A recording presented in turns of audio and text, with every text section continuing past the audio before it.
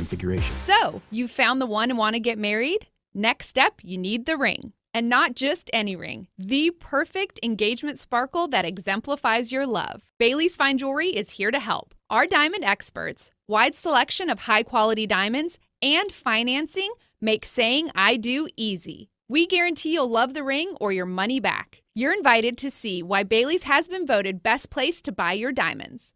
Visit us today in-store or at baileybox.com to find out more. This hour of the Triangle Sports Leader is powered by Ritchie Law Firm, injury lawyers. Ritchie Law is on top of it. Go to ritchielaw.com. That's ritchielaw.com. They score! WCMC-FM HD1 Holly Springs.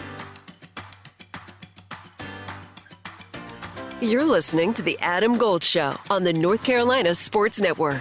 Will Wade will have success at NC State. And the reason he'll have success at NC State is and he does not care. He's got Duke over here, he's got Carolina over here, and he don't give a blank. First, don't give a blank today. He's just going to go out and get dudes. Then he's going to play a style of play. Making strong blank offers. Yeah, probably. exactly. And he's going to play a style of play that's hard to prepare for.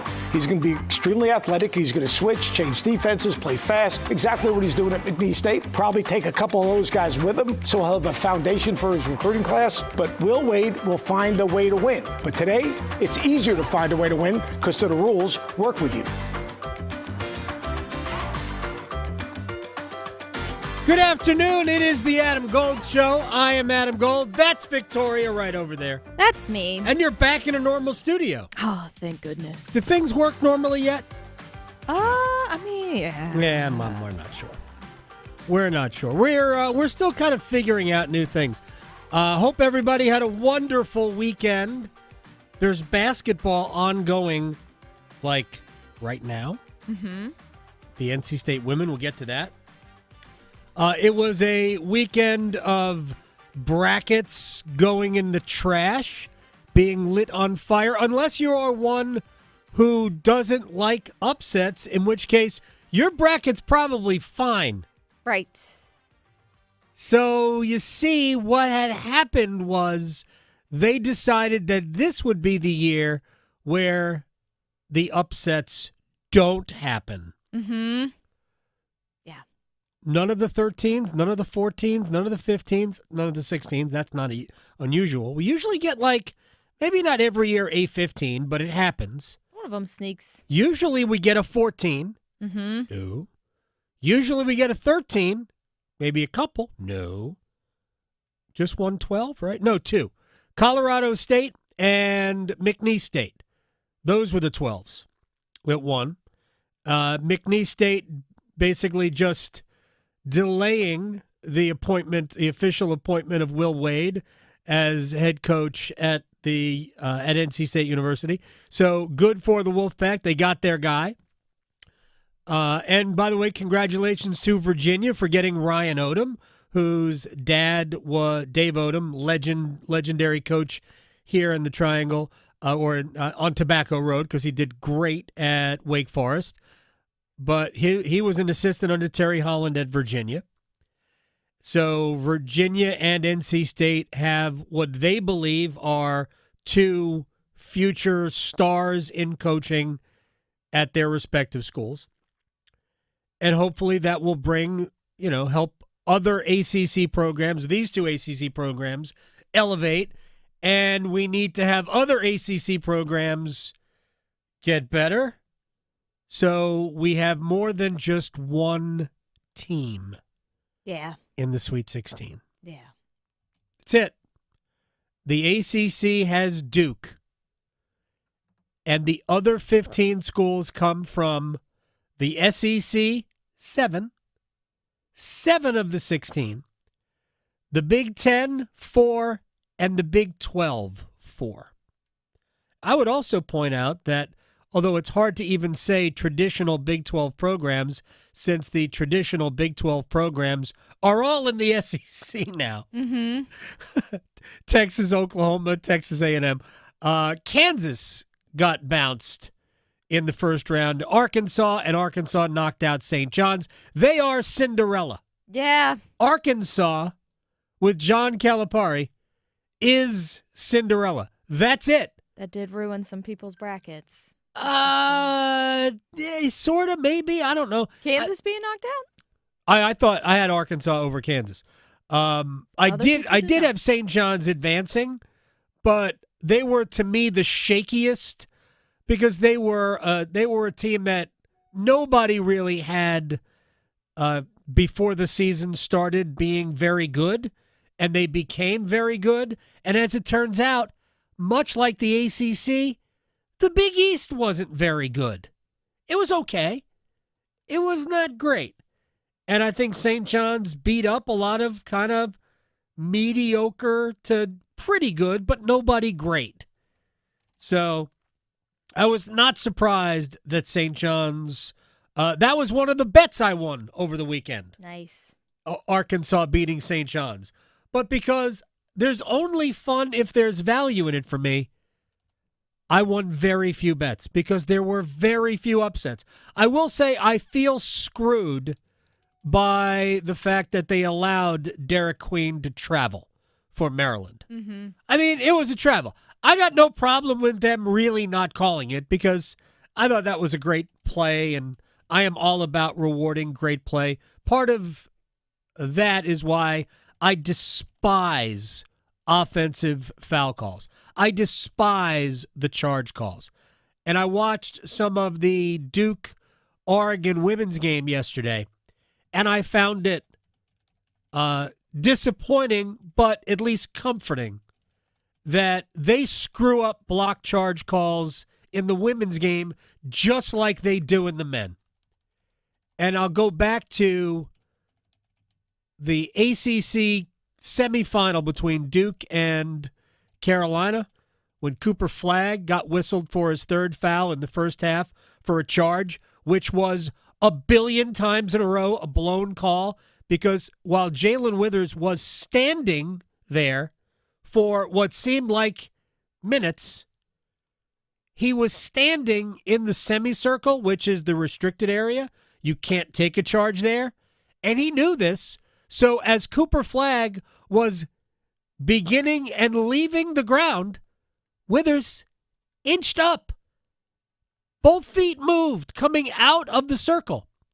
You can't go from the restricted area to the area where you can take a charge after the player started his move and be rewarded for that. But they rewarded him for that. And we never really saw a replay. At least they didn't replay it, more than the one time they replayed it to say, oh, yeah, he had position. Sure he did, until he gave it up. And either way, this is me on my high horse about offensive fouls. Are we ready to play? We should be ready to play. All right, Duke is Duke, Carolina is Carolina. NC State hired Will Wade. Duke women are through to the Sweet 16, where they just might meet the Tar Heels. Really? North Carolina plays tonight. State can go through starting right now. That's the tournament where the ACC actually does well, the women's tournament. Unlike the men's tournament where we're down to Duke. Find the lie. Oh, boy. Let's see. Carolina Hurricanes bounce back from Saturday afternoon's whooping. Thank goodness. That was, bad. They beat the Ducks. I thought they were going to get to 10. 5-2. I thought the Kings were going to get to 10. I did, actually. I thought the same thing. Like, we're gonna have a 10-0 game here. Yep. And then, thank goodness we did it. Yeah. Actually, funny. I actually thought Pyotr Kochetkov, after it got to 6-0, played pretty well. Mm-hmm. We don't have to get into it. All right, so there's a lot of things for us today. We'll start at Lenovo Center. Blue Devils ultimately ran away from Baylor. That started in the first half, by the way, but ultimately they ran away from Baylor. What was it, 89-60? So I don't even know, whatever the score was. Doesn't matter. And the real reason is that Duke is simply built differently. And here's John Shire on the win. Well, for us, the preparation for this game started with great respect for Scott Drew, his program, how good of a coach he is, his coaching staff, their players, they have really good talent. So for us to win by this margin, I think speaks to the level of killer instinct that our guys have, the competitiveness and the connectivity. I thought guys did a great job. Last two games, my math is right, we have, I think, 38-8 assisted turnovers. But I thought, again, Cooper back, these last couple games, he's had a great way about him. And then Tyrese, I mean, look, it's the shots. I mean, big-time shot making. But I think he's just been competitive and great leader, setting the tone every day with what we're doing. And so really proud of this win. Sweet 16 sounds great. We know it's a quick turnaround, but we're going to enjoy this one tonight and then get back to it. Yeah, and they leave, I think, for Newark Tuesday. I think they might leave Wednesday morning early, but I think they leave Tuesday for Newark. Cooper Flagg is Duke's best player. Nobody's going to deny that. Mm-hmm. And he's got many attributes, but one of the reasons why Cooper Flagg is so good is because he has a high basketball IQ. Maybe that term is overused, but he obviously has a way about him where he just understands, has a feel for the game. Even when he is poked in the eye. That's right. He got hit in the eye early. Yep. Actually, I think we got hit multiple times in the eye. And I'm like, what the hell's wrong with it? Like, because I missed it. It was I had bad. to go back and read about it. But, yeah, and I'm looking at him like, does he have allergies? What's going on? Can he see out of that eye? Right. It didn't stop him. Nope. And maybe it just heightened his realization that when somebody is shooting 63% from three-point range, as Tyrese Proctor was, that you just keep giving him the ball. Yeah, I mean, Tyrese is such a weapon for us. We have a ton of guys like that can, be a weapon on offense for us. So, Tyrese has been shooting the ball great the past 3 games, and we're going to keep going to him if he's hot. So I'm curious. When he said he's been shooting the ball great for us the last 3 games, did he just mean that, well, that's probably going to end? Yeah. I don't know. Maybe it will, but legit, he's made 19 threes in the last 3 games. Mm-hmm. 19 threes. That is just a stunning, stunning number. Look, Proctor was Duke's best player yesterday. Actually, Cooper Flagg's always their best player. It's sort of like a Jacob Slavin thing for the Hurricanes. Flagg's always their best player. But Tyrese was awesome. And when we went into the tournament, and I guess it was on Friday, I forget who it was I asked, I think it was Rod Baxley, who's Duke's most, other than Flagg, who's Duke's most important player? And he went, it's Tyrese Proctor. He triggers their defense. He is the guard who was, he'll guard Caleb Love next week. Wow. Or Thursday. He'll guard Caleb Love. Oh, the irony. Right. He will. And so he means so much. It's also rare that you see that any college program today has, it's not rare to see 3rd year, 4th year, even 5th year players, or 6th year players in the case of Mason Gillis, the transfer from Purdue for Duke. But what is rare is to see NBA prospects still around in year 3. And for John Shire, Tyrese Proctor was his first actual signee at Duke.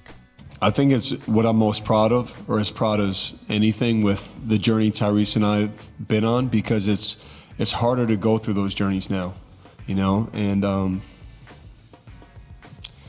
Tyrese, I took over in April, and Tyrese and I had a call May 31st to come a year early, and sorry. Yeah. I think we knew there'd be some rough patches, reclassifying, but there were his first year. But he had some big-time moments. He came on strong down the stretch, and he could have made a decision to even go pro after his freshman year, a year early. Me and Tyrese both would say his sophomore year didn't go the way we wanted. And I think that's where it's easy to split. We had honest conversations like we always do, and I'm obviously really proud of him. And then he went on to say that if he was an NBA team, I'd be interested in Proctor because of everything he had to go through. Look, his first year was spotty, like for most freshmen, especially those who reclassify and might be a little bit younger than other freshmen, and that was the case with Proctor. Or at least it was the case with Proctor in that he reclassified and I guess jumped out of the class he would normally be in. Cooper Flagg did the same thing, by the way. He looks okay. But he had moments his freshman year, but they weren't all great. He was I thought Proctor was better in the bigger games. But last year was not a great year, to the point where a lot of people had assumed, well, he'll just go back to Australia and go play professionally there, because he went from first-round pick after going into his freshman year to not a first-round pick at all in his sophomore year. And now I think there's a good chance he would be a first-round pick, albeit probably a late one. But who knows what his plans are. But he's clearly a pro. That was some kind of clinic he put on yesterday. All right. I might have been wrong about North Carolina. Eesh. I might have been.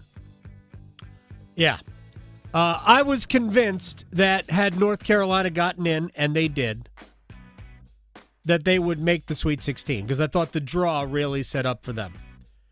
Well, Ole Miss did not have any bothers for North Carolina. That was a first-half beating. Yeah, it was bad. Tar Heels got punched in the mouth early, and that was basically it, apart from the requisite second-half furious rally that made you feel like it really was the start that cost them. I roll my eyes at that. Here's Hubert Davis on what happened. Yeah, I mean, they brought the physical, competitive fight in the first half. Every category, every angle in regards to physicality, they not only won in the first half, they dominated us. And there was only two choices coming out in the second half, either to respond with that same type of fight or get embarrassed.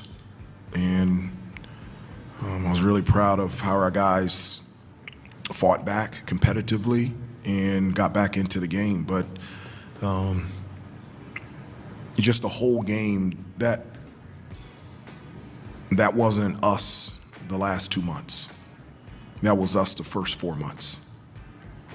And I told them that at halftime. I said, I haven't seen this team since Clemson. So that happened routinely this year. It happened at Kansas. It happened against Duke in the ACC semifinal. It happened against Dayton. Heck, I think in some ways it happened against UCLA, a game they came back and won. Here's what I will. Well, I'll give you my thoughts overall on North Carolina in a second.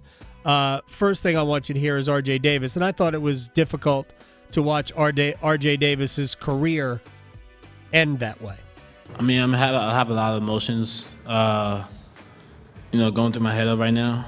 It's hard to pinpoint just one direct motion, but just from battling our way through the first half, obviously not putting a pretty good game, and then coming through the second half and, battling all the way to the 1 minute mark is a 2-point game. It just kind of just describes our whole season, from being an up and down year, being a difficult year, and persevering. I think that's the best way to put it. And, we were resilient, so I think that's and it just come up short like that. I mean, it sucks, it hurts. So yeah, but I mean, just for us being a resilient team and persevering when things don't go our way, when we get knocked down, we get right back up, and I think that's what we did in the second half. We just came up short. All right, now Davis had an amazing career. Nobody will ever take anything away from him, and I don't blame him at all for the difficulty this season. I know he got off to a slow start shooting the basketball, but he was also put in a position where basically you got to carry us. And we don't have a front court to bail you out. Here's the thing about North Carolina. If we are being honest, and I recognize that fandom clouds our ability to be honest. Yes, for some. When you watch North Carolina play all year long, not just against Ole Miss, but against everybody, unless you were playing an ACC opponent, which I think we all can agree was no good this year, they look physically not as good as the other team. Now, granted, Drake Powell and Ian Jackson, 2 freshmen who were 2 of their best players. I mean, they're freshmen. It's going to look different. Jalen Withers, who was key to Carolina's late season turnaround, is on a good team a reserve. He's coming off the bench. Jalen Withers is not a starter on a top 20 basketball team. He just isn't, unless he's the 5th option. They don't have a front court. Then Alan Lubin, same thing. He's an 8th guy, not a starter. Elliot Cadeau needs to be able to shoot the ball and kind of play with a little bit more calmness. The best version of Elliot Cadeau is a very good player. But just a common baseline version of Elliot Cadeau is also a reserve for a good team. It's a team that didn't deserve to be in the NCAA tournament. We knew that before the tournament, but we also knew that they were capable of going on a run if they got in, because they have a lot of guys who can shoot and play offense. And what they really can't do is defend, and defend with physicality. And we saw that against Ole Miss. That's what we saw. Sorry if fandom says, oh man, that slow start, if we just didn't get down by 22. I'll just leave it right there. Go Jeff Bizdelik the entire season for UNC, because that's what all you're doing. Well, if you take away that 30-0 run, we were right there. You can't. No, it counts. You can't take that away. Nope. It happened when the clock was moving. I'm sorry. I can't live with that stuff. All right. Canes bounce back. Saturday's blowout loss in Los Angeles was bad. Well, it was. It was bad. I disagree with the head coach. By the way, the team's coming back later tonight from Anaheim. I liked the game. Yeah, the game was okay. But you lost battles on the wall. And I thought Carolina, while good offensively, they were soft offensively. They kept getting pushed out. Yeah, there were tip tries here and there, and that was good. And they certainly could have scored goals, but they didn't. And they lost too many physical battles. And so they lost the game against a really good team, and LA is a really good team. And your 8-game winning streak was going to come to an end somewhere. So how do you respond to that? And they responded very well. Final score was 5-2 in lesser LA. That's what we call Anaheim. Lower LA. Taylor Hall had a hat trick in the 3rd period, but honestly, it was good. Frederick Anderson. Yeah. He was the first star of the game. Well, the goaltending was pretty darn special tonight again, so that was good. Especially 6 power plays. We can't, that's our penalty kills to have to kill. That's too many. So your best penalty killer has always got to be the goalie, and I thought he did a great job. And we actually had a ton of short-handed chances too, and unfortunately weren't able to score there. But just a good team effort. 20 guys I thought played extremely hard, and we got the win. Yeah, Sebastian Aho had 3 shorthanded breakaways. Yeah. 3. I mean, they weren't clear breakaways. I mean, he was contested from behind, so it bothered him a little bit. 2 of them, he just flipped backhanded over the bar. Right. So it's funny, if you look, Aho had 3 breakaway attempts and no shots on goal, which is hard. I don't know how you do that. Right? It's very hard. But so 2 of the backhand flips just went over the crossbar. So he's actually beaten the goalie, but he didn't put it on frame. And the other one was a shot that actually was deflected wide. It was good defensive play. I'm trying to remember who made that play. I think it was Lacombe, who's a very good young defenseman for the Ducks. Anyway, Carolina actually had more, I thought, grade A scoring chances, shorthanded, than Anaheim had on their 6 power plays.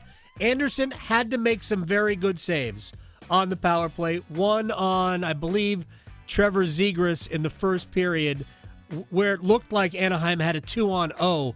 The puck came over like, where's everybody? Mm-hmm. Why is there no Hurricane there? But Anderson was there, and he made the save with the blocker and then the glove. He kind of blockered it to himself. But that was very good. And then in the third period, Taylor Hall scores a power play goal. I loved this power play goal because it featured all the elements that you really like, that you want to see Carolina's power play look like. It was good player movement, really quick puck movement, and then Jackson Blake making a great play, great move to get to the front of the net. His shot was saved. The rebound went right to Hall, punched it in. Yeah, he had a lot of good chances too. Blake, again, another great game. Every stinking game. 19 in a row now without a goal for Jackson Blake. No way you could play better as a forward without scoring than Jackson Blake has played. So I'll close on, here's Rod on Taylor Hall finally getting rewarded. Real dynamite, really. Just every shift felt like he was impactful all around it. He's been really good since he showed up here, but hadn't quite got rewarded for what he has been doing, and tonight he did. So that what is it, the fifth goal or whatever, maybe the fourth goal, I don't know. The one that down low where he stick handled around him, that's a special goal. So he had a great game. Yeah, he did. Taylor Hall. Here's the thing. Taylor Hall was on my list of potential stars before he scored a goal. Yeah. He was a good player in the first two periods, all three goals. And it was a power play goal. Yeah, he did. And the one he was talking about was a pass from Kokaniemi to Hall, who was coming in from the left side. It was a great goal. I appreciate all 10 people that threw their hats on the ice, too, with the hat trick. Oh, man, that's humiliating. I know. When the road fans are throng hats on the ice. Oh, man, that was great. Oh, my gosh. So, Caniacs everywhere. Yeah. All right, real quick. This is just a fact. These are factual statements, okay? So, this will be our closing number here. Mark Jankowski scored a goal again. 6 goals. 6 goals for Jankowski on 8 shots, and he's a +5 in 7 games since coming to Carolina. 6 goals on 8 shots. He's shooting 75%. I love this. Tyrese Proctor doesn't shoot 75%. Anyway, again, 7 games. Look, I'm not about the Mikko Rantanen slander here. We don't need to bash him as a player. He's a great player. He's going to be great. But these are facts. Jankowski, 6 goals in 7 games. Taylor Hall, 6 goals, 5 assists, 11 points, a +8 in 20 games with the Hurricanes. Logan Stankowski, a goal, 3 assists, that's 4 points, +1 in 7 games. Rantanen, in 20 games, 13 for the Hurricanes, 7 for the Dallas Stars. Rantanen has 4 goals and 10 points total, and he's a -5 in 20 games. Carolina and Dallas combined are 43 games over 500. Rantanen, for those two teams, 9-8-3. Yep. I ask you often about movies. Mm-hmm. I am not a big moviegoer. Right. Have you ever seen the movie The Cooler? No, I have not. William H. Macy, who is great, a dynamite actor, essentially plays a guy who is employed by a casino because he is bad luck. Ooh. So when they have somebody who's hot at a table, they have Macy sit next to him. Yeah. All of a sudden, they start losing. Yeah. I'm just saying, A rotten maybe. apple. Hey, look, I'm I kidding. get it. I mean, hey, the national media, that just fuels people who want to point out the differences because they say, well, what's Carolina going to do? They're jinx. They can't keep people. And then, that's where this comes from. Awesome. It's Anyway, great. I'm really kidding. Mikko Rantanen is going to go back to doing Mikko Rantanen things. It takes a little time to get acclimated. He'll be fine. But for now, let's have our fun. All right, we're going to take a break. We'll come back. Mark Packer from the ACC Network is going to join us. We'll find out if he can make sense of why only Duke is left in the ACC in the men's field. Next. talking sports, so you don't have to pretend to know stuff. The Adam Gold Show on the North Carolina Sports Network. We're in the middle of the madness. Corner three by Murray. It's good! Timeout, Clemson! From the First Four to the national championship. Blocked by Shoemate and stolen away by McNeese. All the hoops action will be heard here. McNeese with the upset. Let the March Madness begin. The road to San Antonio is driven by Bailey's Fine Jewelry, Fairway Green, and First Horizon Bank. 99.9 The Fan, the Triangle Sports leader. Hey, it's Adam Gold from my friend Gordon Miller, Miller Lending, Kildare Farm Road in Cary. And Gordon invented the no closing cost mortgage back in 1987. What he saw was the future without seeing the future. He was reacting to the present, where mortgage rates were continuing to drop and people were paying closing costs, sometimes upwards of $5,000, thinking that the rates were bottoming out right there. And they weren't. They were continuing to fall. And what happens when a rate falls is that you want to refinance, take advantage of lower rates, lowering your monthly payment. But if you've paid closing costs, that would be tantamount to wasting thousands of dollars. And I don't know anybody who likes to waste thousands of dollars. I certainly don't.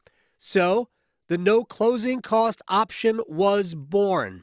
I have used it 11 times at Miller Lending, have never paid a dime in closing costs. MillerLending.com. They are an equal housing lender, NMLS ID 2502146. 311 live in concert. The Unity Tour 2025. June 25th, Red Hat Amphitheater. With special guests, Bad Flower and Sitting on Saturn. Celebrating 30 years of hits, plus the brand new album featuring Full Bloom. Tickets on sale now at livenation.com. Presented by Live Nation. Save the date. Give UNC returns on March 25th. Are you ready to support the passion, determination, and excellence of the people who make UNC Chapel Hill a place like no other? Don't miss out. Tired of hearing this from your local tire place? Sorry, we can't fix it. Take it to Dauntless. This year, skip the middleman and take your car straight to Dauntless Transmissions if you want quality work done right the first time. Transmissions, engine, or brake work, or just a regular tune-up. If it's broke, Dauntless will fix it. For quality work done with the kind of experience that works for you, take it to Dauntless Transmissions first. Go to DauntlessTransmissions.com to book your visit today. Dauntless Transmissions, your local source for exceptional service. What is dedication? My daughter is biological and my son is adopted. I love them both so much. From the morning when you wake up to putting them to bed at night and every moment in between. I think a parent's job is to protect our children, but also prepare them for the world so they become good, kind human beings. That's dedication. Find out more at fatherhood.gov. Brought to you by the U.S. Department of Health and Human Services and the Ad Council. Charlie did not die from an overdose. Charlie was poisoned. No other family should go through this. It's just horrific. Go to safe.pharmacy. Use the free tool. Learn if the online pharmacy you're using is safe. Progressive knows when you're on your boat, you're already on vacation. And Vacation You forgets all your worries. Vacation You doesn't even keep track of time and knows that time is a meaningless construct designed to control us, man. But Regular You knows you don't want to be too far out in the water after the sun goes down because Vacation You doesn't know how to navigate in the dark yet. Vacation You and Regular You really need to get on the same page. So bundle your boat with your home or auto policy and earn an automatic discount from Progressive. And spend the savings on the both of you. Progressive Casualty Insurance Company affiliates and other insurers. Not available in all states or situations. One Adam Gold. One Adam Gold. So I was reading an article about the 10 oddest Guinness World Records, and the thing that caught my eye was most skips by a cat in 1 minute. This woman has a jump rope and is skipping with her cat. Okay, I've got a cat, and let me just tell you, the skipping alone would cost this, but swinging a jump rope anywhere near my sweet kitty Carol, she'd be gone for like 5 days. The Adam Gold Show.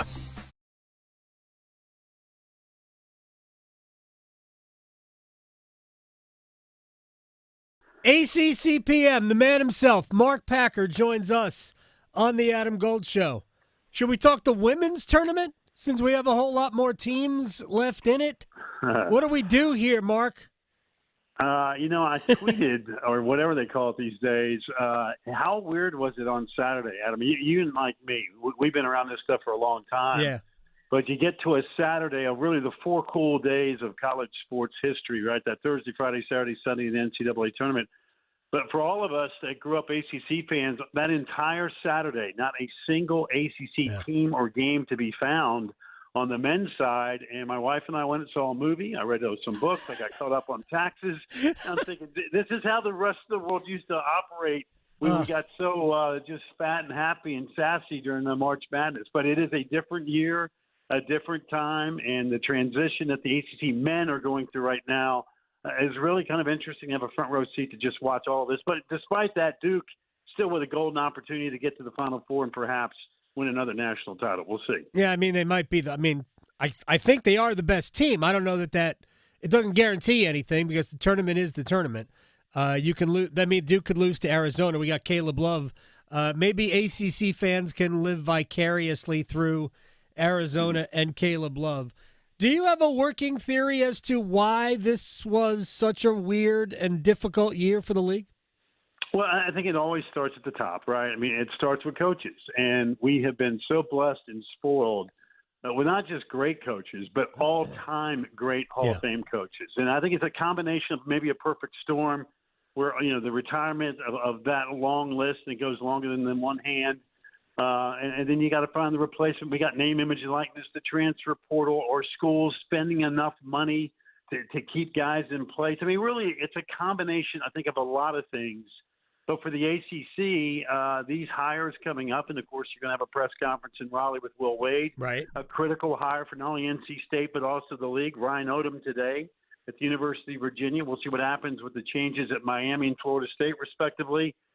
Duke and Carolina have to be good. Pat Kelsey's got it going on at Louisville. Syracuse needs to wake up and get with the motion. So, I mean, listen, the foundation is always going to be set for good basketball in this league. Now, the league now needs to spend some cash, and that's what you're doing in the SEC, in the Big Ten, and even in the Big 12. I mean, listen, they got 4 teams in the Sweet 16. I do think it should be noted that of the 4 teams that they've got in the Sweet 16, Houston, Arizona, and BYU are 3 of the new additions. So, so it's a combination, Adam, I think, of a lot of things. But quite frankly, the next wave of hires in the ACC are more than just critical. I've been saying this for a while. The ACC, for whatever reason, Jim Larrañaga was a great hire at Miami, and we saw what happened. We hope Jay Lucas will do the same thing down there that Jim Larrañaga did. Tony Bennett at Virginia elevated that program beyond where it had ever been, even under Terry Holland. Good for him. Now Ryan Odom needs to take it the next step. They needed to get back to that in Louisville. We do need Syracuse to be, a national power again, like they were under Jim Boeheim. But here's what's interesting to me, because I think you hit on it, and I've talked about this. The SEC was willing to do things that the ACC normally is not willing to do. Now, maybe NC State and hiring Will Wade says that, all right, past transgressions aside, is this guy a great basketball coach? Chris Beard left Texas under a cloud. He's at Ole Miss. Bruce Pearl left Tennessee under a cloud. He's at Auburn. I'm not saying Nate Oates left under a cloud. He's an incredible basketball coach.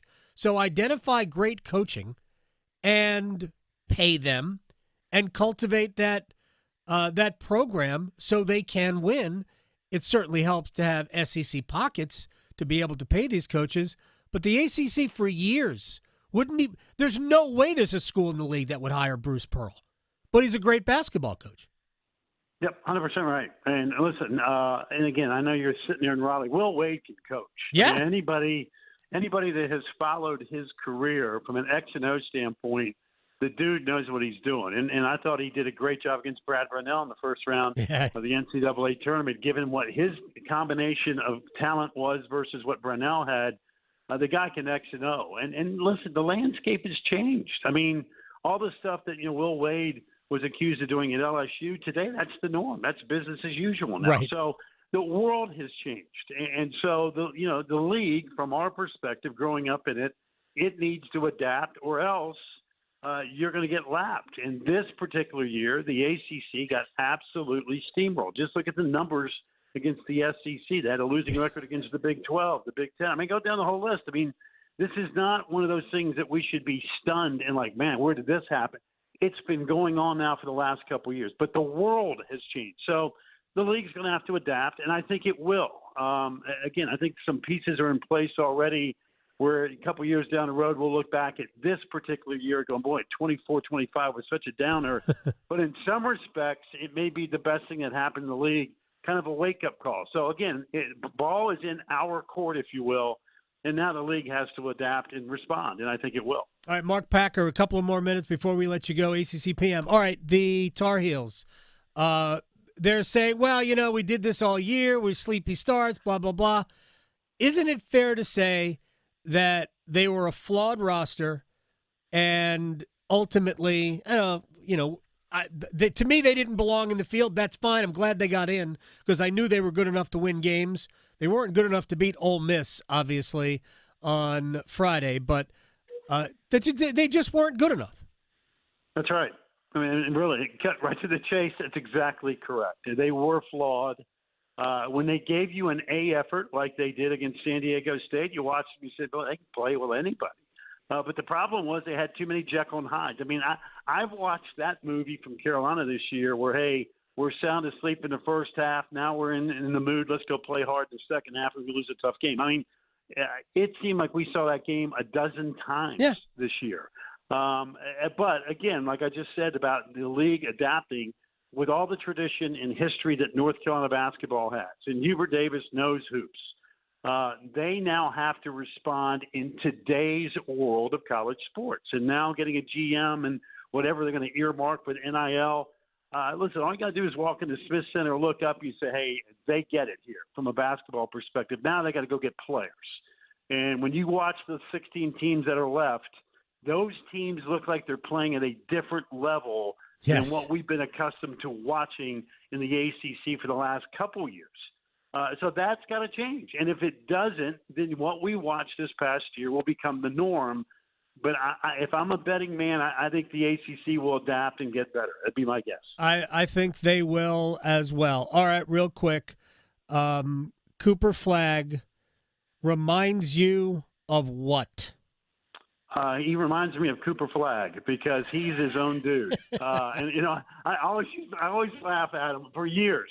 Well, he's going to be the next fill in the blank. Right. No, he's not. He's going to be the next Cooper Flagg because he's got an old school game, which I love because it kind of reminds me of when college basketball was awesome back in the 80s and the 90s because I'm that old. Right. He has an old school game to him. Right? He's one of those guys that, hey, you need 35 tonight, I can give you 35. But you know what I can also do? I can give you 12 points, 8 rebounds, 11 assists, 6 steals. And I just love how comprehensive his game is, and he doesn't have to take 1,000 shots to score a ton of points. So he's his own dude. The fact he's only 18, if he can stay relatively healthy, just how good is he going to be when he's 23? I can't wait to see. But, again, in the meantime, as a ACC fan, we'll enjoy him for at least another week, hopefully another 2 weeks. Yeah, and he said as long as Tyrese Proctor is hot, I'll keep giving him the ball. Right. Dude, Tyrese Proctor is shooting 63% from three his last 3 games. 63%.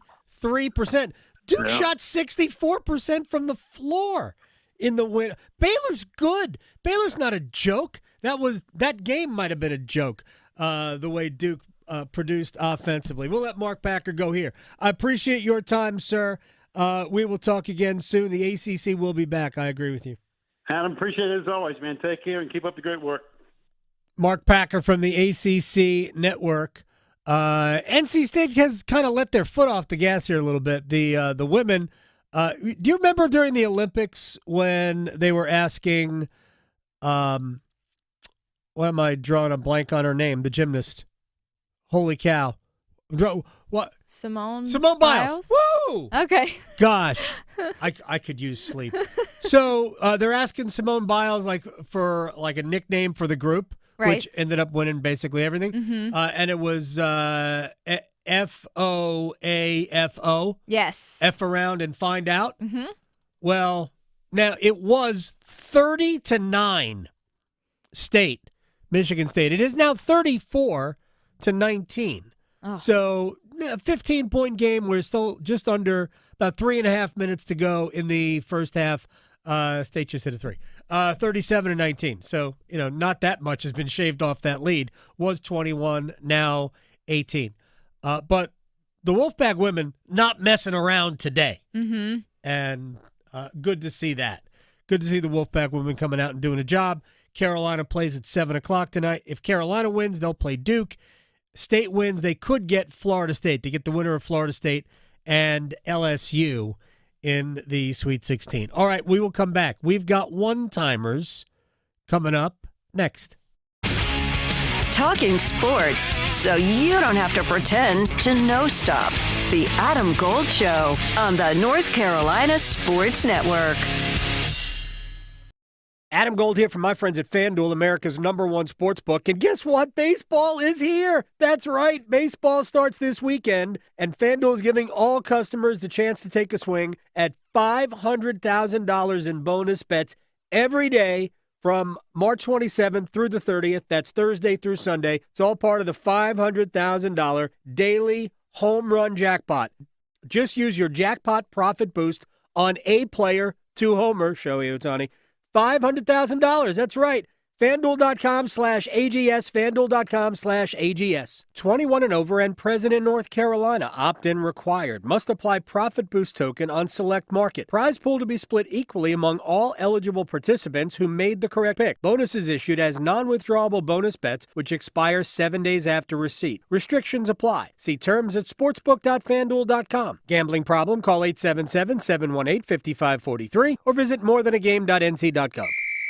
The Body Armor State Games are coming to Greensboro this June. Registration is open to athletes of all ages and skill levels in 20 different sports. The Body Armor State Games feature 11,000 athletes and 600 teams. Don't miss out on North Carolina's largest sports festival of the year. Visit bodyarmorstategames.org today. That's bodyarmorstategames.org. The Body Armor State Games are proud to partner with Truist, Lowe's Foods, and Blue Cross and Blue Shield of North Carolina. The North Carolina Healthcare Association invites you to listen to this month's podcast, Conversations on the State of Healthcare. North Carolina needs more than 12,000 RNs and 5,000 LPNs over the next decade to meet the demands of its aging and growing population. In our latest episode, produced in partnership with the North Carolina Healthcare Association, we speak with NC Healthcare Association President and CEO Josh Dobson to learn more about the need and where you or someone you know might fit in. The people who work in hospitals and healthcare facilities, they really are the backbone of our communities. They are the ones providing care. They ensure quality treatment and making a difference in patients' lives every day. That's why it's so crucial to not only celebrate their work, but also encourage the next generation to step into these roles. You can learn more and join our latest Conversations on the State of Healthcare wherever you listen to your favorite podcasts, and learn more by visiting nchealthcare.org. Every day, people battling addiction suffer in silence. Because of stigma, they fear judgment. They fear being labeled, and too often, they don't get the help they need. But you can help change that. Join the Governor's Institute and be a superhero in the overdose battle campaign. Learn how to break the stigma, support those in need, and save lives. Visit governorsinstitute.org/superhero to get involved. Be a hero, fight stigma, save a life. Did you know that since you have public power, your electricity is operated and controlled by people in your community, not by a for-profit, investor-owned company? These local folks are directly accountable to you. They don't answer to shareholders. They make decisions for the good of your community. What's more, your public power provider invests in your community, providing jobs and supporting your local economy. Local people working together to meet local needs. That's public power. Learn more at electricities.com. AARP is working hard to make sure people in North Carolina are getting the most out of life. Whether it's helping you stay healthy, save more money, care for loved ones, or simply have some fun, AARP is making a difference in communities across the state. You have a wise friend and fierce defender with AARP. Learn more about progress being made for older adults in the state by listening to AARP Without Limits. You can find the latest episodes of AARP Without Limits wherever you listen to your podcasts. This is Adam Gold. Frankly, I'm not sure that there is a sport that we could theoretically even put in the Olympics that isn't. I said bowling. Yeah, maybe. I wouldn't be surprised. Croquet? Lawn darts? I'm waiting for cornhole. Oh, there's somebody that thinks, yeah. The Adam Gold Show.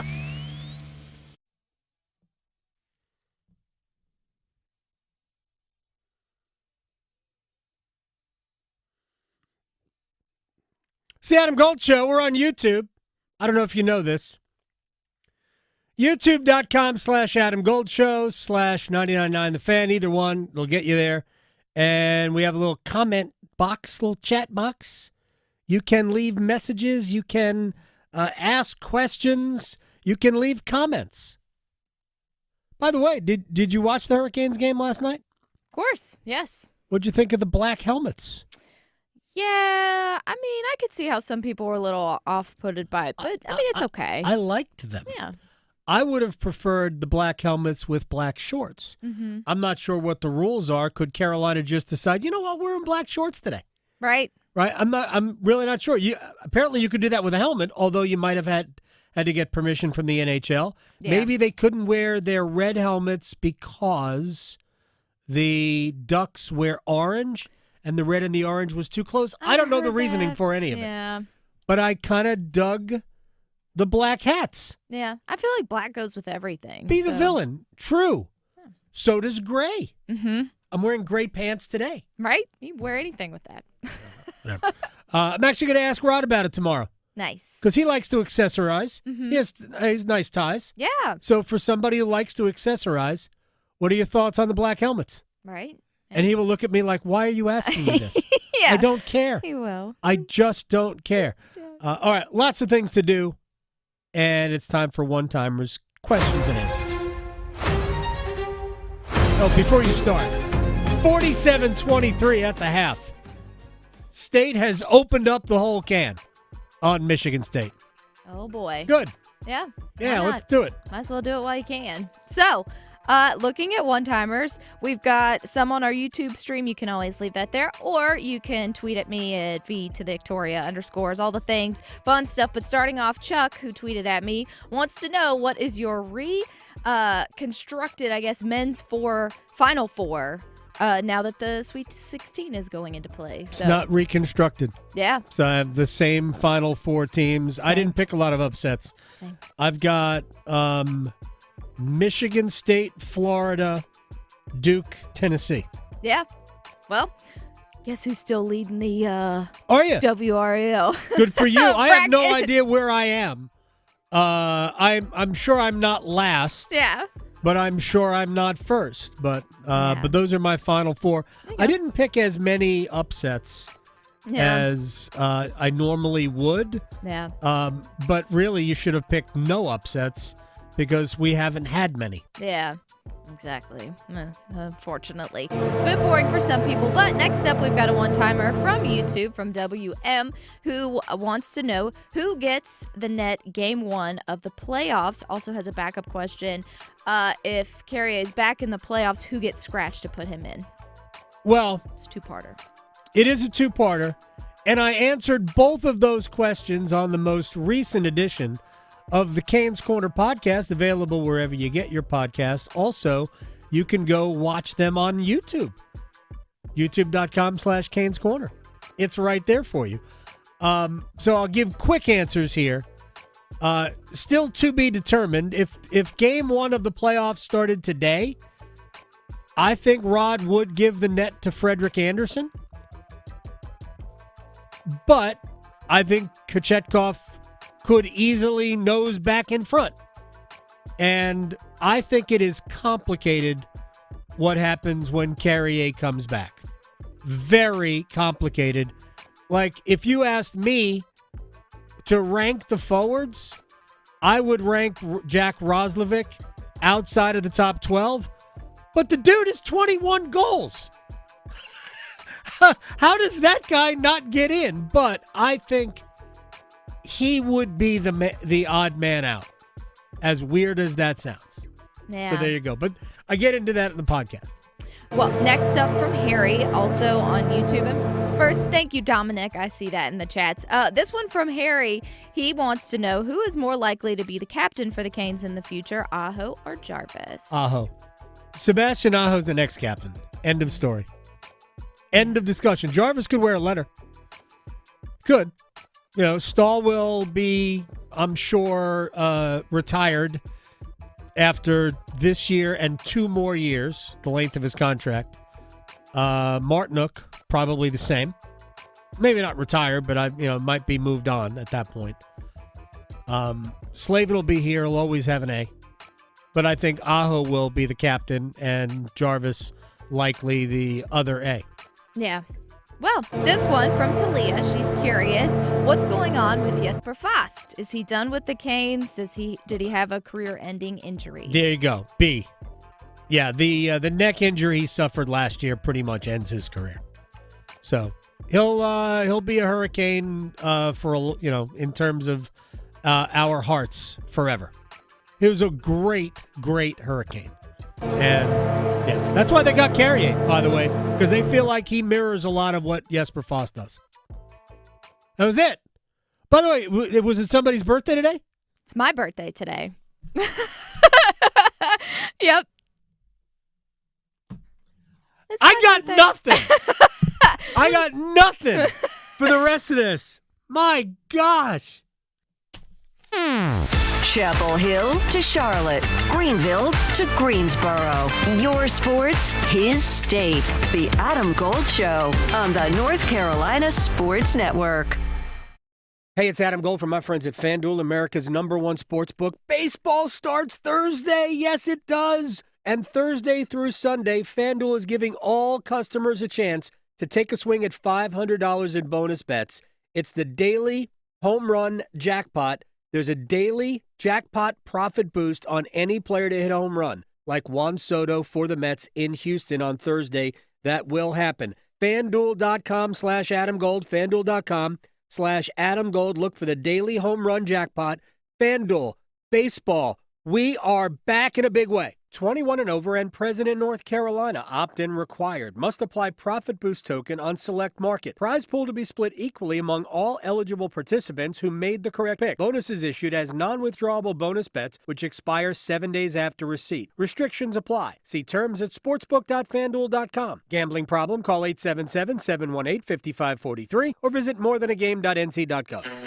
Do you ever go to the Carolina Hurricanes games and find yourself thinking, what do the players eat before the game? What are their pregame rituals? What kind of music gets them pumped up ahead of the game? How sacred is the game day nap? What's the postgame mood on the team plane? Check out my new podcast, Iced Tea, with me, Megan LaMontagne.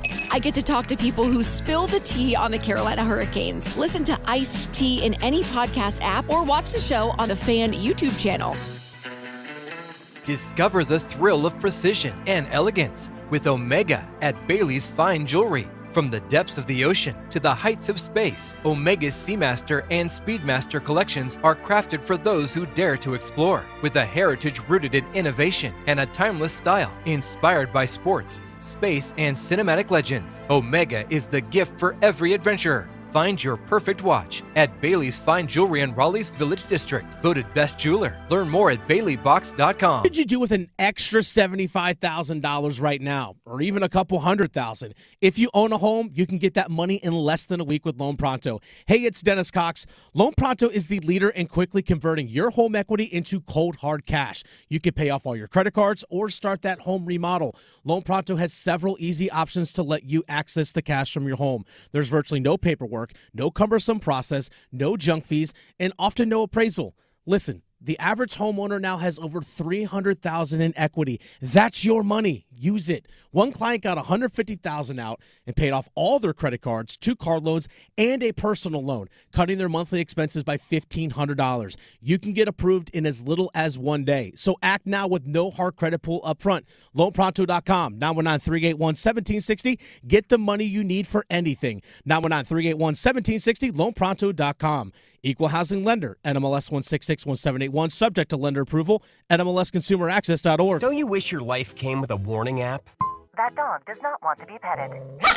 Well, life doesn't always give you time to change the outcome, but prediabetes does. Take the 1-minute test today at doihaveprediabetes.org. Brought to you by the Ad Council and its Prediabetes Awareness Partners. Progressive knows when you're on your boat, you're already on vacation. And Vacation You forgets all your worries. Vacation You doesn't even keep track of time and knows that time is a meaningless construct designed to control us, man. But regular you knows you don't want to be too far out in the water after the sun goes down because Vacation You doesn't know how to navigate in the dark yet. Vacation You and regular you really need to get on the same page. So bundle your boat with your home or auto policy and earn an automatic discount from Progressive. And spend the savings on the both of you. Progressive Casualty Insurance Company affiliates and other insurers. Not available in all states or situations. This hour of the Triangle Sports Leader is powered by Ritchie Law Firm, injury lawyers. Ritchie Law is on top of it. Go to ritchielaw.com. That's ritchielaw.com. WCMC HD1 Holly Springs. Take us with you on the radio, Instagram, TikTok, Alexa, and YouTube. 99.9 The Fan, the Triangle Sports Leader. Knipple has it now. Off of the screen set by Malowacz. Kicks to the left. Proctor again. Dagger! It's been the Tyrese Proctor show. And he's ready to set sail for the Sweet 16. 3 straight games, matching a career high of 6 threes. 4.5 minutes to go.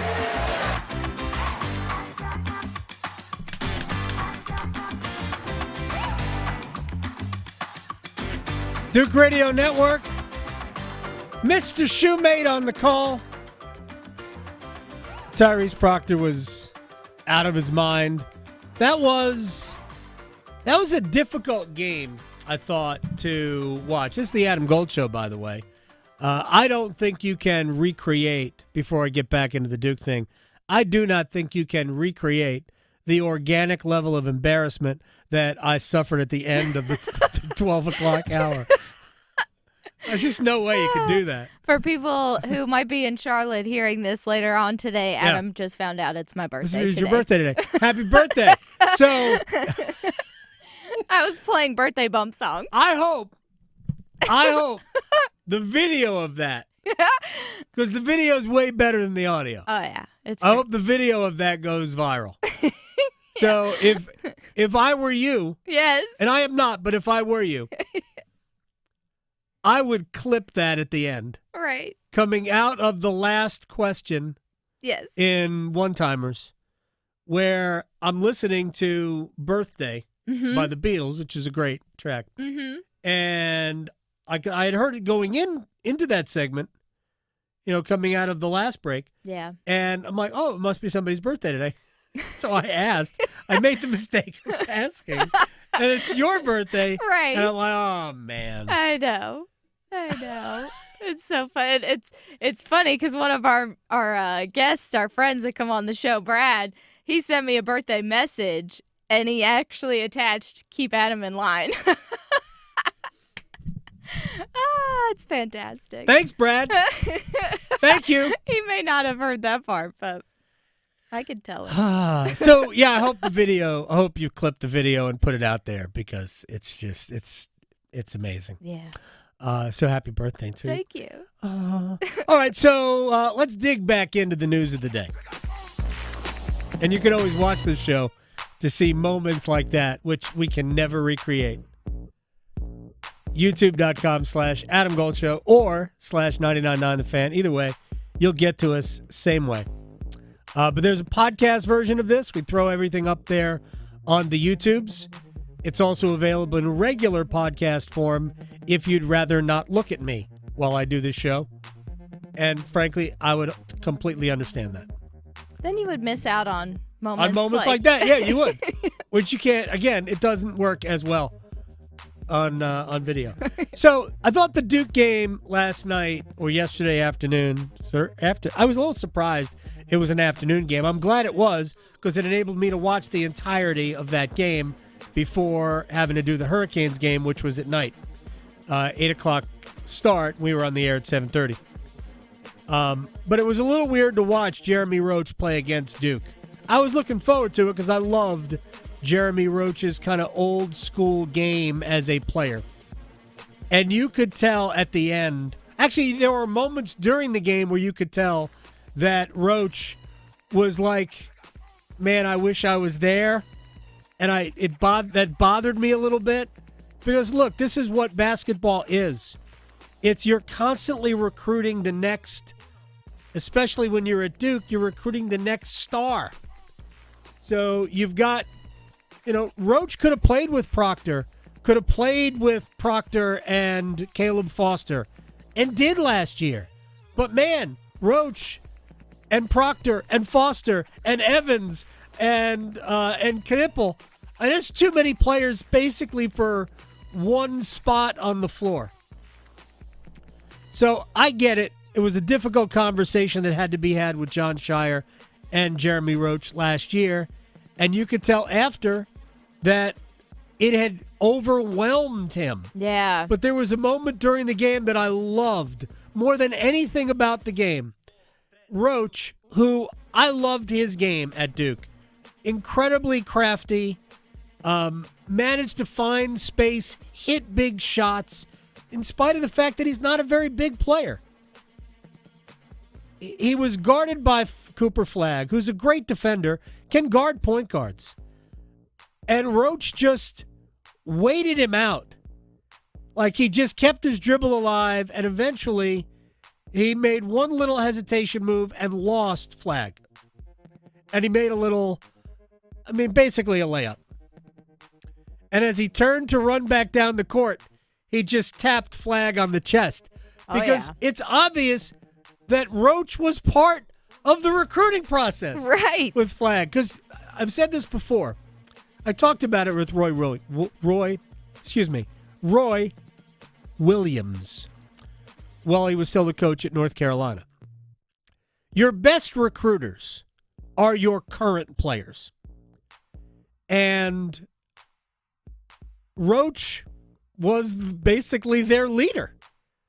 So he was going to be part of the recruiting process for Cooper Flagg. And he just tapped Flagg on the chest as he went back down the court. And it was like, I got you that time, kid. And that just made me smile. So even for a Duke fan who, once you're not wearing the Duke uniform, if you just hate the other play, whatever it is, you had to appreciate that moment. I thought that moment was tremendous. And I felt bad because when it ended, now I'm sure it was overwhelming for Roach because it was his last game. I mean, he's played his 5 years. He was that year, that's the last of the COVID player. So he got his extra year. And so he could have been just overwhelmed that his basketball career was ending, or his college career, because if Jeremy Roach wants to go play in any international league, I think Jeremy Roach can have a future playing international basketball. I don't think it's as an NBA player. But I also think that part of it was, man, I wanted to show more to my former teammates and my former coach. But you could tell that Shire gave him there was an extra hug at the end. Yeah. I really wish that CBS would have focused on it. I get it. They're not interested in that as much as maybe I was, because I loved Roach as a player. But that was wild to watch yesterday. That was cool. Also, because I watched the end of Oregon-Arizona, which Arizona tried to blow at the end. So Arizona wins. Caleb Love had a massive game. So they asked him about what is it going to take what do you think about Duke? And I give Caleb Love tons of credit for the self-edit, because I think he was about to tell them exactly what he thinks about Duke. Yes. And he just paused, and he just smiled and said, we got to go watch film. We'll be ready. And I hope that Caleb Love has a great game. Yeah. I think Duke will win the game even if Caleb Love has a great game. But I hope Caleb Love has a Caleb Love game. Yeah, it's funny to see how these Blue Bloods, like the original Blue Bloods, still carry the rivalry even with other schools. I love it. Caleb Love will always be a Tar Heel, even though it ended poorly for him here. It ended with some, I don't know the behind-the-scenes stuff with Caleb Love, but I think it ended from the outside looking in. I think it ended with some hurt feelings. It seems like they chose R.J. Davis over Caleb Love. I don't know if that's true or not. I don't know if that's fair or not. But that's what it looked to me to be the case. But Love is an NBA prospect. It is interesting that the NBA prospect left Carolina. But he's the NBA prospect. R.J. Davis is not. It should be interesting, the Sweet 16 next Thursday night. I know it lists the start time at 9:39. It ain't going to be 9:39. It's probably going to be about 5 or 10 minutes after 10. Really? Okay. We got to stop this. This is my old man yells at cloud. A game should not be allowed to start after 9:30 p.m. local time. Yeah. Unless the previous game goes to overtime. I like that rule. No way. Yeah. No way a game should start after 10 o'clock local time. No. Zero chance. That Canes game that started at, 10:30 recently was brutal. On last Thursday. Oh, well, yes, but that's not local time. No, it's not local to right? us. Yes. Yeah, that's in San Jose. So it does hurt here. Granted, I felt it the next day. Yes. So, yeah, no, local time. Frustrating. Start the first game at 6:30. So that game will be over by 9. Because these games take an hour and 2.5 hours to play and complete. And then you'd know that the Duke game would start by 9:30. But no, they're starting this one at 7, I think it's 7, not 09, whatever it is. They're allowing for 2 hours for the game, and then it starts at 7:09, 2 hours for the game. What? Have you watched an NCAA tournament game yet? Ever? They take a minimum of 2 hours and 20 minutes. But if there's fouls or whatever at the end, if there's extra timeouts, we're talking 2.5 hours easy. And there's 30 minutes in between games. Duke won't tip before 10. I promise you. My mother-in-law is a big Duke fan. My father-in-law is a big Carolina fan. My mother-in-law, they're not up after 10 o'clock. They go to bed. Heck, I go to bed at 10:30. Right. When I don't have a game to watch. I mean, I fall asleep on the couch by 9. So my wife does the exact same thing. Yeah. Gone. First sleep. She slept through the podcast last night. Oh, yeah. I don't know how she did that. I'm loud, as you might expect, in the podcast. So they're not going to watch the game. They record the game. They'll get up in the morning and watch the game. But they ain't watching it live because it's not going to start till 10 after 10. No way. So we bitch when baseball starts a World Series game at 8 freaking o'clock or at 8:20. We bitch. God forbid, think of the children. Nobody cares about college basketball games that start at 10:15 Fend local for yourself, time. children. Yeah. We don't care about the kids in college basketball. No. We got bets to win. All right, so that's Duke Baylor. We didn't even talk about the game other than the humanity of Jeremy Roach. And it was interesting to see John Shire after the game also talk about Tyrese Proctor, who clearly means a lot in terms of a recruit and a person and all of that. Real quick about the Tar Heels. Brian Geisinger is going to join us coming up in about 7 or 8 minutes. And we'll get more into what happened to UNC when we got to Ole Miss. And we'll talk about the X's and O's of the Duke win. but I'll just be very quick here. I know that the game took on very much a similar pattern to a win over Dayton or a loss to Kansas or many of Carolina's performances over the course of the season, the loss to Duke in the ACC tournament semifinal, where you're getting pummeled and it doesn't seem like you have any chance. And then all of a sudden, you have this great, furious comeback in the second half, and you're right there. And in the case of the Dayton game, you got over the line and won it. But in the case of the Kansas game, you got the lead, then gave it back. You never got the lead against Duke. Maybe you should have won the game, or at least you should have at least tied it or taken the lead, but you didn't. And it leaves you with this false sense of security that, man, if we had just played better in the first half, if we not gotten down by 24 or whatever we got down by, we would have been fine. No offense. We know it's coming. That's a loser mentality, man. Because when the clock is moving, the game it matters. This very much. We make fun of this. We call it the Bizdelic. Jeff Bizdelic, former Wake Forest coach, once said, man, if it wasn't for that 30-0 run, we were right there. We played them even.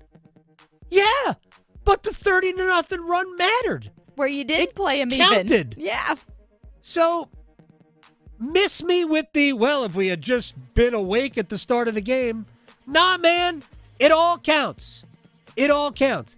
This team was flawed. The roster was flawed. We didn't realize it until the season started, and then we watched this team. I realized it right away when I watched the game against, I'm trying to think who it might have been Auburn. It's either Auburn or Alabama when I actually watched and went, oh, no, this is a problem. Jalen Washington wasn't good enough. Van Allen Lubin is a reserve on a good team. Jalen Withers is a bench player. He's a sixth man or a seventh man on a good team.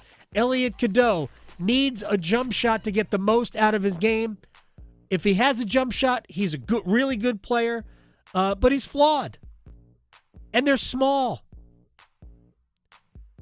The fact that they got a bid was a gift, an absolute gift, but I thought they would do well. Yeah, and then they ran up against, we could say grown men, because they kind of did. And they got bullied, and they got physically beaten. And that's why they lost, because they weren't good enough. Don't be fooled by the start and say, man, if we just started better, we'd have been fine. Yeah, you didn't. What's the excuse for not starting well in an NCAA tournament game? It's potentially your last game. How would you not play that game like it's going to be your last? You did against San Diego State. Could it be San Diego State wasn't all that great either? Come on. Let's be smarter. All right, we'll take a break. Brian Geisinger, how did it happen with the Tar Heels? How did it happen the other way with the Blue Devils? We always love the house. Next.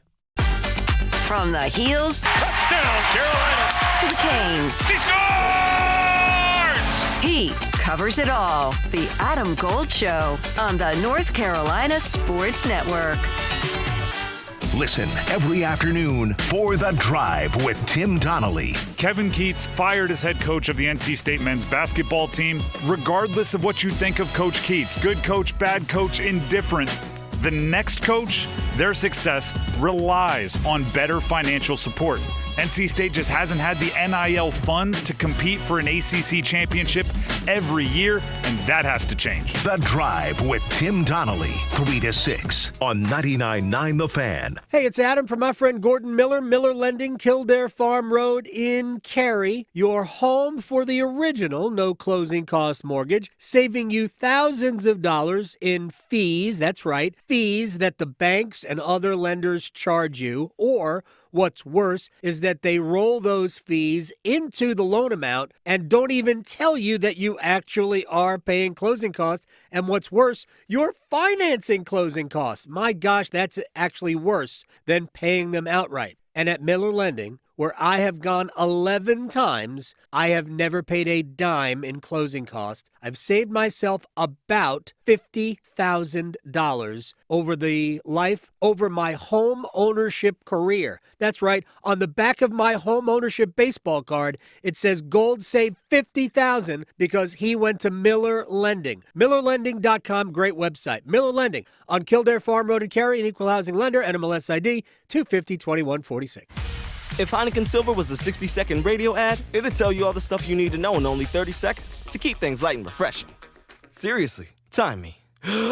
Heineken Silver, a world-class light beer that's surprisingly crisp and refreshing. Made with only premium quality ingredients and just 2.9 grams of carbs and 95 calories. All without compromising on taste. Heineken Silver.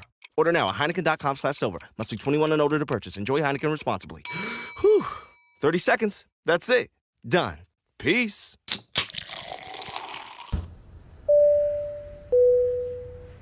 This is your captain. We are going to be experiencing some slight turbulence. Please fasten your... Oh, hold on. Just got a video of my cat. Imagine the pilot of an airplane was as confident as you are texting and driving. Seems kind of crazy when you put it like that. Visit StopTextStopWrecks.org. A message brought to you by the National Highway Traffic Safety Administration, Project Yellow Light, and the Ad Council. Save the date. Give UNC returns on March 25th. Are you ready to support the passion, determination, and excellence of the people who make UNC Chapel Hill a place like no other? Don't miss out. We all want more for North Carolina. More boundless views, more adventures in the outdoors, and more clean roads to get there. But to get more, we have to do less. Less littering, that is. Make it your nature to trash your trash and keep NC clean. And we'll all have more reasons to love North Carolina. Litter less, get more. For more on the 7 outdoor NC Leave No Trace principles, visit OutdoorNC.com. Sponsored by the North Carolina Association of Broadcasters and Visit North Carolina, a part of the Economic Development Partnership of North Carolina in cooperation with this station. We don't want you on our team. You're not the right fit for this job. You're too slow and fast. Don't you care how you look? Weight bias hurts. Go to stopweightbias.com. A public service message from Obesity Action Coalition. Welcome to AT&T. How can I help? Hey, I thought I could trust my twins with my phone, but they outnumber me, man. Whoa, that's a lot of glitter paint. Let's trade lives. At AT&T, everyone can trade in an old or glittered iPhone any year, any condition, and save on a new iPhone. Ask how to get iPhone 16 Pro on us. New and existing customers. Savings vary by device and trade-in combinations. Restrictions apply. See att.com for details. AT&T. Connecting changes everything. Gold. Gold. Some of the best trades ever made are the ones you don't make. Again, I'm sure that there are tons of stories like that. Kind of like a relationship. Sometimes the best ones are the ones that you didn't go out with. Like that person that you tried to, and then you see them 10 years later and you're like, ooh, dodged a bullet. So you sound like you've been there. Maybe. Yeah. Yeah. The Adam Gold Show.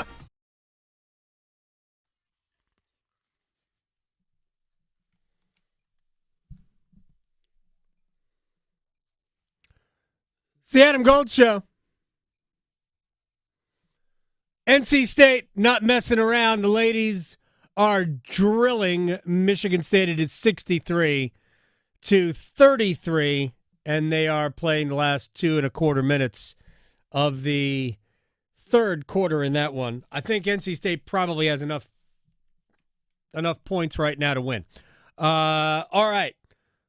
Last night, or yesterday afternoon, Duke moved into the Sweet 16 with a thorough beating of Baylor. Carolina bowed out on Friday in the, the first round proper of the NCAA tournament, getting beaten pretty soundly by Ole Miss. I know they made it close late, and for those of us who had Carolina and the over, we were rooting for overtime, but that was not meant to be. Brian Geisinger split the action on Substack.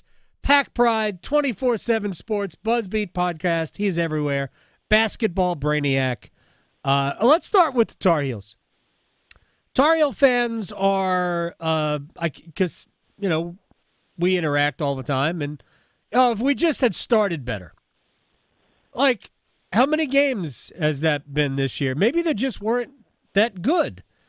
And did it just seem to you like they just got physically beaten by Ole Miss, or was there something else going on here? I think to an extent. I mean, Ole Miss is it's a pretty like mean older team. It's not like the sort of like the biggest team, but a lot of fourth, fifth year guys.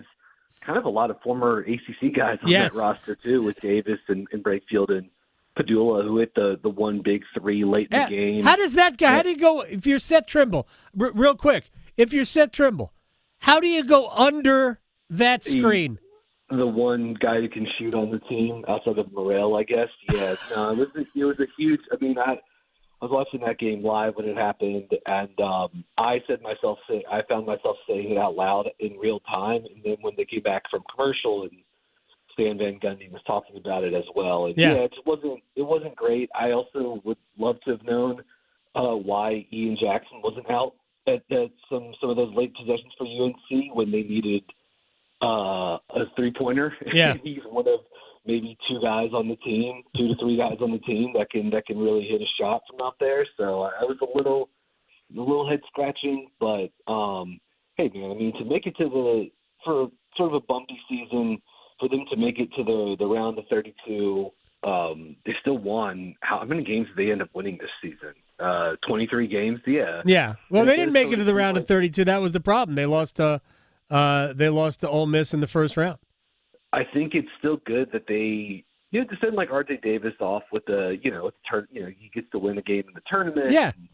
Certainly they gave Duke a ride in the ACC tournament, and obviously like UNC sort of like is repositioning some of its infrastructure around the basketball program, out of this season. So I think the product there is going to start to look a little bit different. But yeah, certainly this was not the season that I had, or many people had sort of projected for them. But yeah, I think ultimately like the slow starts, but then even down the stretch, just some like weird roster sort of like rotation decisions, and then certainly just some attention to detail stuff too with Trimble on that one Padula, dribble handoff three. I was watching the game. I was at Jack had a soccer game on Friday, and I thought the game was over, so I turned it off. And I checked my phone, like, wait a second, it's a 2-point game? How did that, or maybe a 3-point game at the time? So I watched, and that's where I saw Trimble go underneath the screen. I'm like, come on. Even I know that, and I'm a dope. But look, I ultimately think that, and we realized this probably pretty early on in the season, once, you can look at a roster on paper and go, oh, they're good enough. And I think, what were they picked second in the ACC, right behind Duke? Yeah. But had we watched them play and then ranked the teams, I don't think there's a chance we would have ranked them second in the league unless we thought the league was bad. Because once we watched them play, we realized, oh, wait, they don't really have a 5. They don't really have a 4. And there's still some holes, especially defensively on the perimeter. I was still it's interesting. Like, if you had talked to me when we probably did talk, like the first week in November, end of November, I mean, they played pretty well at Kansas, and that's the second game of the season. And early on, it really looked like Cadeau and Trimble had sort of like made leaps as shooters. And so my thought was like, well, even if you're missing sort of a interior target, which they were, and that proved to be an issue all season, I just thought they'd be able to just really be awesome with this incredible guard play, right? Like the 4 guards plus Powell, and then whatever production you can sort of like put together from the front court. I guess I was sort of also expecting Washington to make a bit of a jump this season, maybe not as like a post-up guy, but pick and pop. And he really just never shot it this season, which was it's certainly like a little disappointing. But then even after them being out in Maui, I mean, close losses to I guess the Auburn. I mean, the Auburn loss wasn't that close. Like, no. But they played Auburn pretty well. Michigan State was close. Like, I don't know if I would have been out on them even until through like the middle of December, basically, because I thought they played a lot of these good opponents close. So they're like, I think they had something. They had like, to an extent, they were working on finding an identity, but it just never really all came together this season. I think we would have been banking on their offense being more consistently good, because to me, my thought, and I said this a long time ago, I just didn't think they'd be any good defensively. They were probably better defensively than I thought they'd be. I think they ended up being like in the 50s defensively nationally, which I think is remarkable given their lack of size. Powell really, I think, made strides defensively for them later in the season. I think Withers being able to sort of like be more playable offensively, that helped them to get more like length. And then I think even Lubin sort of like was decent as a rim protector this season. But not like a ferocious defense by any means. All right, so real quick before we get to Duke, what are your thoughts on Jackson, Powell, Cadeau, I guess even Trimble going forward?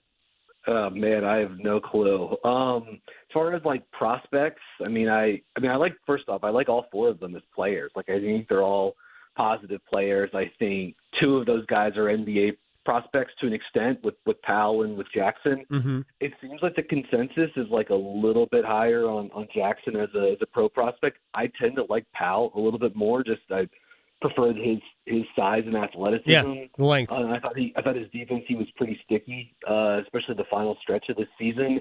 But he doesn't shoot it all that well for a 6'5" 3. So there's some limitations there too. Jackson obviously can really, really shoot. But that's really kind of all he does. He really is like catch and shoot, or if he has the ball, it's going to be a step back. Right. So I like some of the sort of like upside with him as like a shot maker, but I wasn't entirely moved by him this season. I thought defensively he struggled, even though I think he plays pretty hard on that side of the floor. So like, if you're UNC, I would be trying to welcome as many of those guys back as possible. I think Trimble does a lot of positive things other than shoot. Good defender, good finisher. It really helps them in their transition game. And Cadeau, Hubert clearly has a lot of trust in him. He got to run a ton of pick and roll and initiate the offense for them this season. My guess is they're going to be trying to bring those guys back. But as far as what they're going to do, I'm sure Jackson's probably going to, test the draft. Maybe he'll test the portal, and then he could still end up back at UNC. So it feels like a lot of those guys that could go in a bunch of different directions, and maybe depending on what happens with one guy, that impacts the other, because I don't think some of those guards are particularly like great fits with one another either. Brian Geisinger is joining us here on the Adam Gold Show. Split the action on Substack. Go get it. Basketball Brainiac. All right, for the Blue Devils, I guess it doesn't really matter what you run when Tyrese Proctor is 7 for 8 from 3. If he gets looks, they're obviously going in. What were your thoughts on how did they take Baylor apart like that? Yeah, it was a lot. Pretty much everything worked for them yesterday. I think it does start with, ultimately, I don't think Baylor's defense is really that good. Like, the team is not that deep. They're not that long. And so Baylor has to switch everything or go to this sort of like wonky little like matchup zones just to like kind of try to get the game in the mud, but they're doing that more out of necessity than in terms of like them leaning into a strength. The team's not particularly all that long, and I don't know how many plus defenders are even on the roster. I think ultimately they put together a decent defense this season, but some of that is like smoke and mirrors, and Duke can make that stuff disappear pretty quickly. And so I thought Duke's secondary like transition game was really good. How many times did you see, a hit, Patrick Gongba on a rim run, or really Cooper Flagg like in like a trail catch and go situation, or Sion James on a catch and go. So I thought Baylor's transition defense wasn't that good. I thought Duke really took advantage of that, and I think Duke did an excellent job playing with the matchups when Baylor was in man-to-man, and if they were switching, they could get Amir matched up onto Cooper Flagg, and once Amir got in foul trouble, then that's a really vulnerable matchup, right? Switched onto Cooper. The few occasions when Baylor was not switching ball screens and they were putting Amir in drop coverage, this was something that was an issue with him going back to his time at Miami when the Hurricanes under Coach L mostly trapped with Amir as a 5. Like, he's just not big enough to be like a to be like a real like deterrent in drop coverage. So Duke just blew up all that stuff when Baylor tried to avoid switching yesterday. And then I thought once they got Baylor in rotation, all those guys made the extra pass. How many of those open threes did Tyrese get because Kahn or Cooper were able to kick out, and Sion missed a couple of threes yesterday that were off both great passes from extra passes from Tyrese when he turned down a good shot for a great shot for Sion. Two of them were literally on one possession. So I thought that was part of it. Last thing I would say too is, one, I think Patrick Gongba, his addition has been notable. And I just thought Duke's defensive game plan for Baylor yesterday was great. They played basically drop coverage the entire game. There was some tweaks here and there, but for the most part, they were having Malawach and Gongba drop below the level of the screen. It took away the driving lanes for Edgecombe. It took away the dives for O'Meara. And Baylor really didn't have a great counterpunch. And so I just thought Duke's defensive game plan sort of set everything else up, and obviously that the offense was just was amazing too. They shot 64% from the floor. I mean, I can't remember the last time I saw that in a college basketball game. Brian Geisinger is joining us here on the Adam Gold Show. I was going to ask you about Patrick Gongba. I guess without Malik Brown, it makes it obviously a lot easier to get Gongba minutes, but it gives them, it's just another weapon. And what did you make of Caleb Foster getting early run in that game? And I thought he was particularly effective at the point, breaking down the defense and getting inside. That surprised me because Foster has been like 9th or 10th guy, and suddenly he went way up the depth chart. Yeah, it was fun to see he and Jeremy Roach go at it a little bit yesterday too, and to me, Caleb, feels like the last, I don't know, maybe since the UNC game in Chapel Hill, so the last 2.5-3 weeks, like it feels like he's found a little bit of his after he didn't play in the Wake Forest game and the blowout win in Cameron. Like it does feel like he's found a little bit of a groove and some of his confidence and mojo back. I'm not sure he's been like an every game player for them. You know what I mean? Right. He wasn't great against Louisville or Georgia Tech in Charlotte, but he's been pretty good and like had like a positive impact and has helped them win some good games, beat some good opponents the last couple of weeks. So to have an extra ball handler, his like speed component, he's another guy that can really put pressure on the rim. When he had a really nice little like crossover, split, got downhill against Roach for a layup late in the game yesterday. He had right before halftime when Baylor was in their zone defense, he had a nice little catch and go where he was able to get into the gap off of a pass from James and finish in the paint. And then Gongba, I mean, like this is no surprise. Like he's an NBA player, yes. And so like it's been kind of a joke that they've had this guy. It's just a total luxury for them. It's like their third string center this year. But like, and just seeing him play, I mean, what's kind of nice is like he and Malik have like obviously there's some differences. Like he's not Malik might be the best defender in the country. He's certainly one of them, regardless of position. So like. Duke's defensive ceiling is probably not quite as high, but Gongba, like, he's pretty active on that side of the floor. I think his mobility, his movement has looked good. His hands, like every other game, it feels like he reaches in and gets a steal. When a guard's trying to like get attack the drop coverage. I think he's given them a little bit. He gives them a little rim protection when he's in there too. Like. His mobility, his ability to like really work on the glass. I thought his rebounding against O'Meara yesterday was good. And then the place where he and Malik Brown do overlap is that they can both pass. Yeah. And so when Duke gets into some of these, second unit lineups like they would with Malik throughout this season, they can run a lot of the same stuff because Pat can operate at the elbow, operate in the high post. He can pass. You can run handoff actions through him.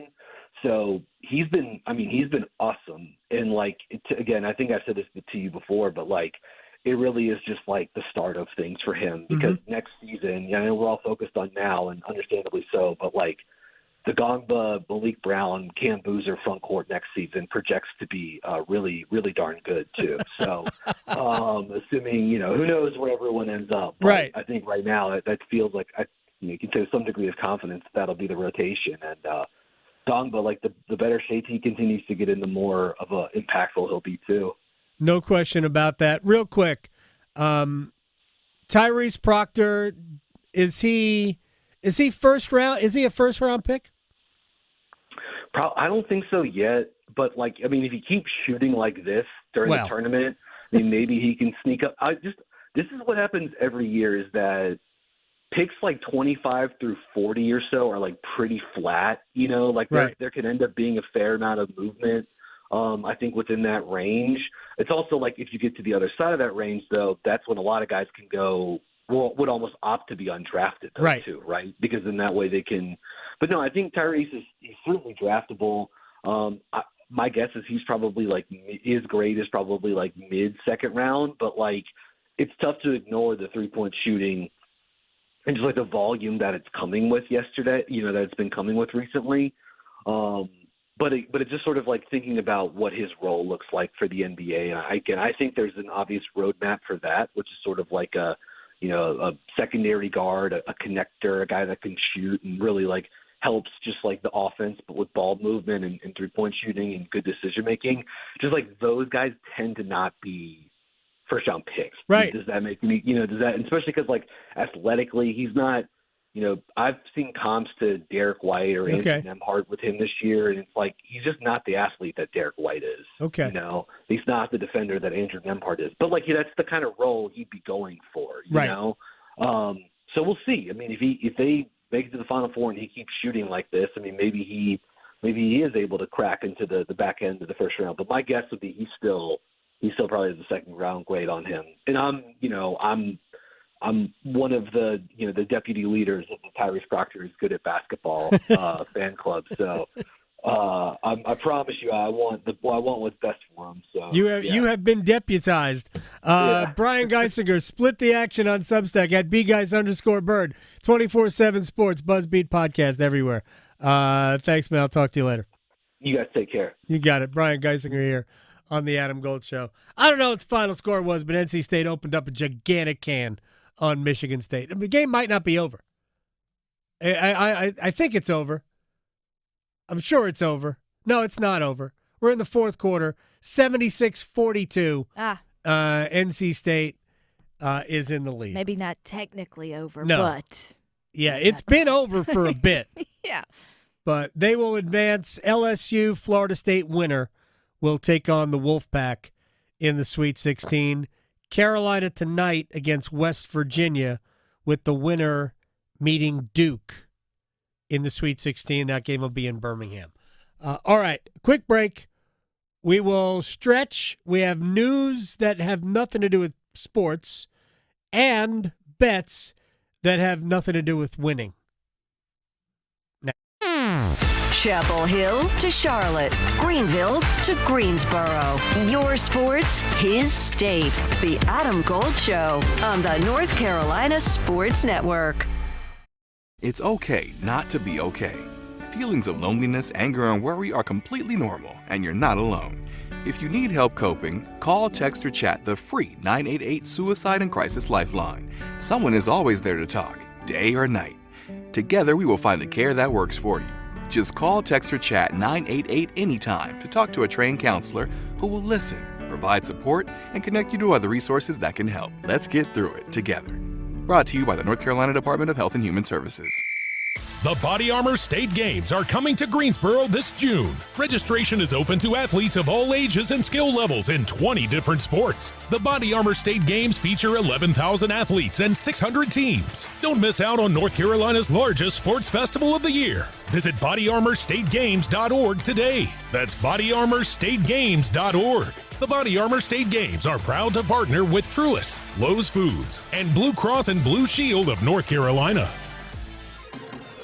The North Carolina Healthcare Association invites you to listen to this month's podcast, Conversations on the State of Healthcare. North Carolina needs more than 12,000 RNs and 5,000 LPNs over the next decade to meet the demands of its aging and growing population. In our latest episode, produced in partnership with the North Carolina Healthcare Association, we speak with NC Healthcare Association President and CEO Josh Dobson to learn more about the need and where you or someone you know might fit in. The people who work in hospitals hospitals and healthcare facilities, they really are the backbone of our communities. They are the ones providing care. They ensure quality treatment and making a difference in patients' lives every day. That's why it's so crucial to not only celebrate their work, but also encourage the next generation to step into these roles. You can learn more and join our latest conversations on the state of healthcare wherever you listen to your favorite podcasts, and learn more by visiting nchealthcare.org. Do you know someone who's lost a loved one to overdose? Every day, the disease of addiction is taking lives and devastating families. But this crisis is preventable. Join the Governor's Institute in the Be a Superhero in the Overdose Battle campaign. Together, we can spread awareness, fight stigma, and save lives. Learn the signs of overdose. Know how to help. Visit governorsinstitute.org/superhero today, because doing nothing shouldn't be an option. Be a hero. Take action. Save a life.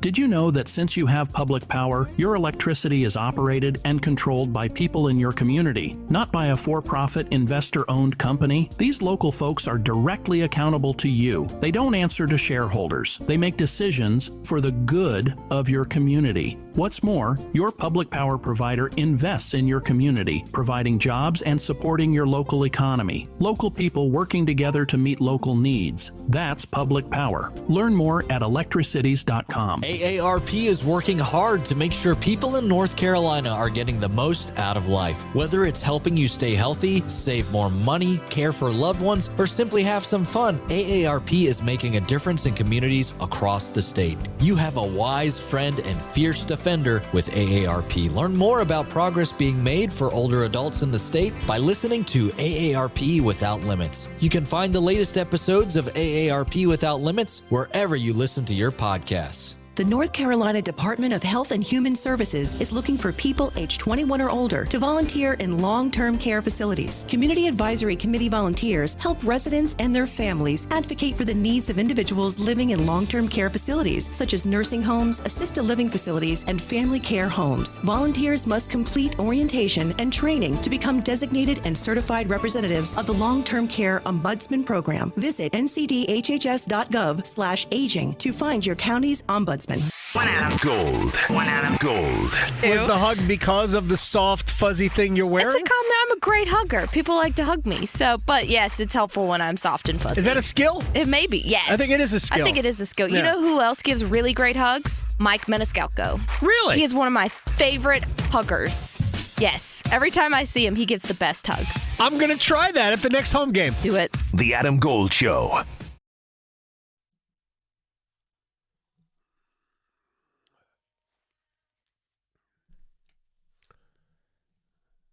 It's the Adam Gold Show. I am Adam Gold. Victoria on the ones and twos.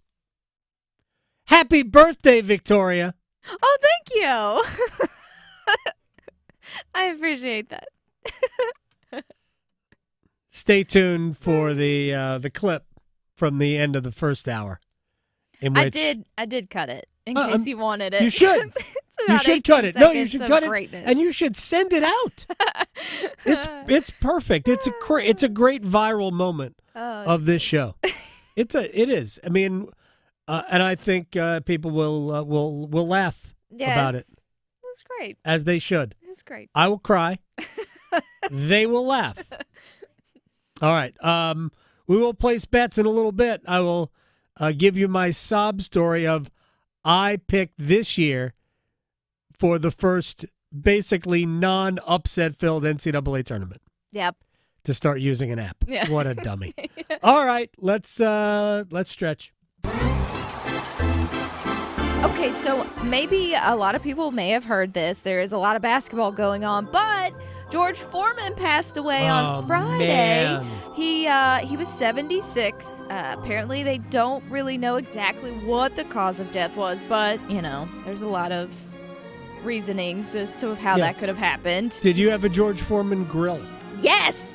We did too. Yes. That is actually the first way that I learned about him was us having a George Foreman grill growing up. And You're not alone. I bet a lot of people learned of George Foreman because, man, that's cool. What a great idea. Make some burgers in the house, and it squeezes all the fat out. Tremendous. Yeah, I know. Yeah, so he passed away. He also was a 2-time world champion and Olympic gold medalist. He had his comeback in 87 at the age of 38, which I could not imagine doing that. Because he was a massive human being. That's why. Yes. He also was married 5 times and had 12 children. Yes. Do you know what most of the children are named? George. Yep. Yeah. Yep. He has 5 sons, all named George, and he even has 7 daughters, and one of them is Georgetta. So there you go. I mean, I have questions, but So many it doesn't really questions. matter at this point. Yeah, so many questions. 83-49 the final. Woo! Oh, wow. Stomping Yeah. for NC State. Go women's NC State. Look at that. Wes Moore, he's happy for him. Mike Tyson also tweeted out about his friend Foreman, saying he was, quote, contribution to boxing and beyond will never be forgotten. So, yeah, kudos to him and his career. That was a sad day for them. Also, I know, like I mentioned, there's a lot of basketball going on, but I read about how a group of guys in Georgia just broke a record by playing basketball this past Friday that lasted 5 days straight. What? 121 hours and 3 minutes to be exact. They were allowed to sub in and sub out, so they did get some breaks. And the whole reasoning for this, they were trying to raise some money for a charity called MOST, Men Opposing Sex Trafficking. So this whole little basketball stunt raised over $300,000. So Really? yeah, I am exhausted for them. So good for them for doing that. Wow, 5 days straight of basketball. That's kind of like our tournament. And last but not least, these guys probably didn't have to worry about it because they burned all the calories for 5 days of basketball. But there's a nutritionist who's trying to say that if you want to get that beach body ready, you're supposed to eat like a baby.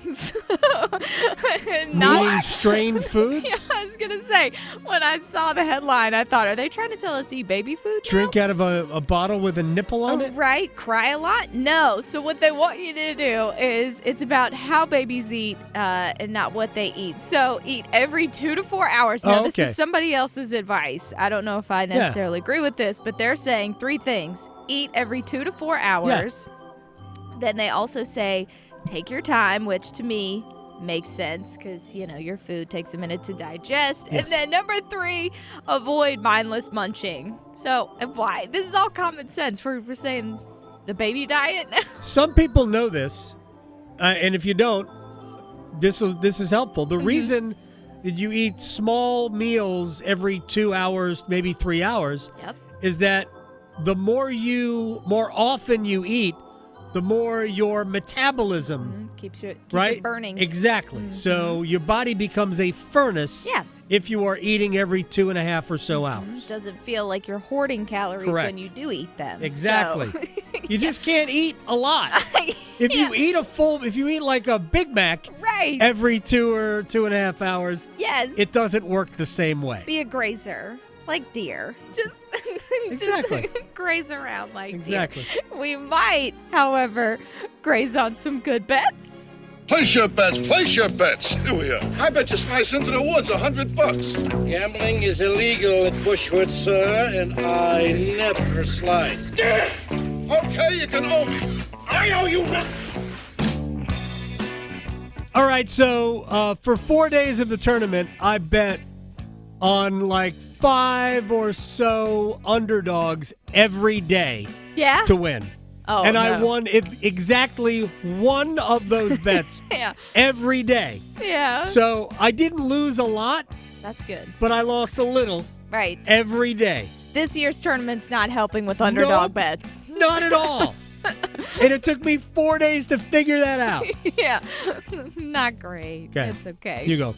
Okay. Well, all on the ice for me today. So, Minnesota Wild, they're going to be on the road taking on those Dallas Stars. And, I wouldn't hate to see the Minnesota Wild win on the road. So, let's take those underdogs plus 180. All right. By the way, Columbus and the Islanders play tonight.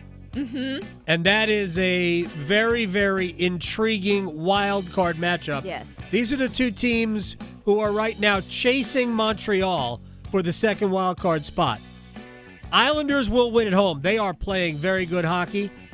Islanders win at home in overtime. Ooh. Plus 610. Oh, whoa. Yeah. I like it. Sure loser. It should be a scrappy game. Next up, another one that might be a little bit of a scrappy game. The Detroit Red Wings, they're going to be in Utah taking on the Hockey Club. Both of these teams are kind of going through their ebbs and flows. But you know what? Give me the home team, Utah Hockey Club, to win. And I will go with the under 6.5. That's plus 180. All right. I got another game for you. The Dallas Stars have played 4 consecutive overtime games. 4 in a row. So we're going to make it 5. We're going to say Dallas beats Minnesota. Actually, Dallas doesn't even have to win. Overtime game, Thomas Harley, Dallas defenseman, to score a goal. Oh. If Harley scores and the game goes to overtime, plus 29.72. Oh, wow. Yeah. Yeah, throw $1 on that bet. That'll be good. Last but not least, the Vancouver Canucks are going to be in New Jersey taking on those Devils. Canucks kind of struggle, so maybe the Devils will win this one. I'm going to go with the over 5.5. Might get a little crazy, so that's plus 280. All right. Major League Baseball starts Thursday. That's right. They start Thursday. I know the Cubs and Dodgers have already started. Ugh. All right. Yeah. So, to win the World Series at plus 3,000, the Chicago Cubs. Yes. Although I don't want that to jinx them. Happen. It's not going to It's not going to happen any more than the Mets are going to win the World Series. But plus 3,000. The Dodgers are plus 240. They are essentially to baseball what Scotty Scheffler is to golf.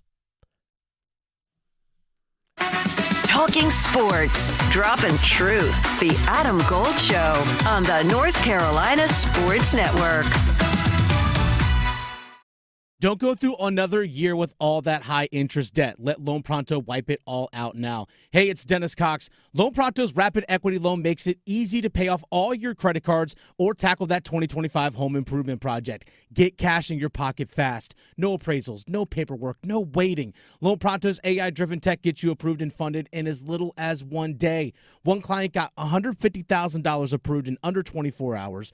Paid off all their credit cards, 2 cars, and a personal loan, saving over $1,500 per month. With low fixed rates and lightning fast transfers, you can do it too. Consolidate debt, improve your home, take control of your finances. Imagine being credit card debt-free by this time next week. Don't wait. Call Loan Pronto now, 919-381-1760, or visit loanpronto.com. Get a free rate quote with no hard credit pull, 919-381-1760, loanpronto.com. Equal housing lender, NMLS 1661781, subject to lender approval, NMLSconsumeraccess.org. Hey, it's Adam Gold, and do you have a late-night craving for in-depth analysis on the Carolina Hurricanes and their latest game, their latest win, their pursuit of the Stanley Cup? Well, I can quench your thirst. I can feed that appetite on the Canes Corner podcast, the morning after edition, which drops the morning after every Hurricanes game. Get it wherever you get your podcast. Brought to you by the Aluminum Company of North Carolina. It's bow time. Finally, lunchtime. I'm starving. What's that? This is the Bojangler from Bojangles. Ooh, with the same bold flavor as their chicken? The same. And fries. The same. Huh. Well, I've got a PB&J. Yeah, that's not the same. A crispy fish fillet dusted in Bo's famous seasoning. With cheese and tartar sauce on a fluffy bun, the Bojangler's back. Hook one while you can. It's bow time. There's no time like Bojangler time. Time to stop whatever you're doing and head over to Bojangles to try the Bojangler Fish Fillet Sandwich. You heard right, the Bojangler Fish Fillet Sandwich. A perfectly seasoned, light, flaky, wild-caught Alaskan pollock fish fillet sandwich. For limited time at participating Bojangles. Make it a combo and add Bojangles seasoned fries and legendary iced tea. Hungry for Bojangles but in the mood for something different? Then it's Bojangler time. Discover the thrill of precision and elegance with Omega at Bailey's Fine Jewelry. From the depths of the ocean to the heights of space, Omega's Seamaster and Speedmaster collections are crafted for those who dare to explore. With a heritage rooted in innovation and a timeless style inspired by sports, space, and cinematic legends, Omega is the gift for every adventurer. Find your perfect watch at Bailey's Fine Jewelry in Raleigh's Village District. Voted Best Jeweler. Learn more at BaileyBox.com. When it comes to mixing drugs, you may think you have a safe approach, but the bottom line is, mixing drugs is never safe. It can cause serious health problems like a heart attack or brain damage. Learn more at cdc.gov/stop-overdose. Welcome to AT&T. How can I help? Hey, I thought I could trust my twins with my phone, but they outnumber me, man.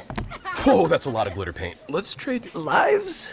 At AT&T, everyone can trade in an old or glittered iPhone any year, any condition, and save on a new iPhone. Ask how to get iPhone 16 Pro on us. New and existing customers. Savings vary by device and trade-in combinations. Restrictions apply. See att.com for details. AT&T. Connecting changes everything.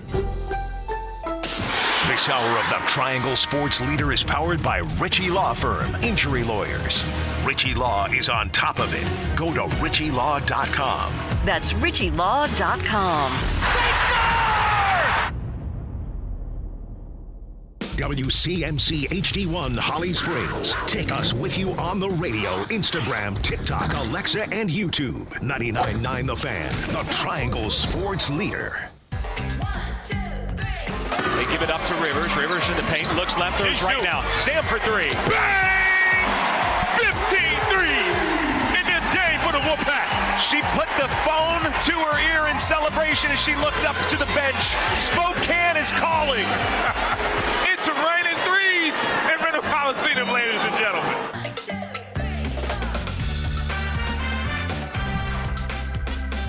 Spokane is lovely this time of the year. Duke's headed to Birmingham. And Carolina might be headed there too. Tar Heels tonight against West Virginia in the second round of their tournament. Winner takes on Duke and Birmingham. They're in the same region as South Carolina. Yeesh. It has bothered me for a long time that we call the women's teams the Lady somethings. Like, just use the nickname. Identify it as the women's, tournament if you want. But we don't need that. Just, it's unnecessary. They're the Wolfpack. They're not the Lady Wolfpack. It's the Wolfpack. It's fine. Women's basketball. We don't need a lady there. Pet peeve of mine.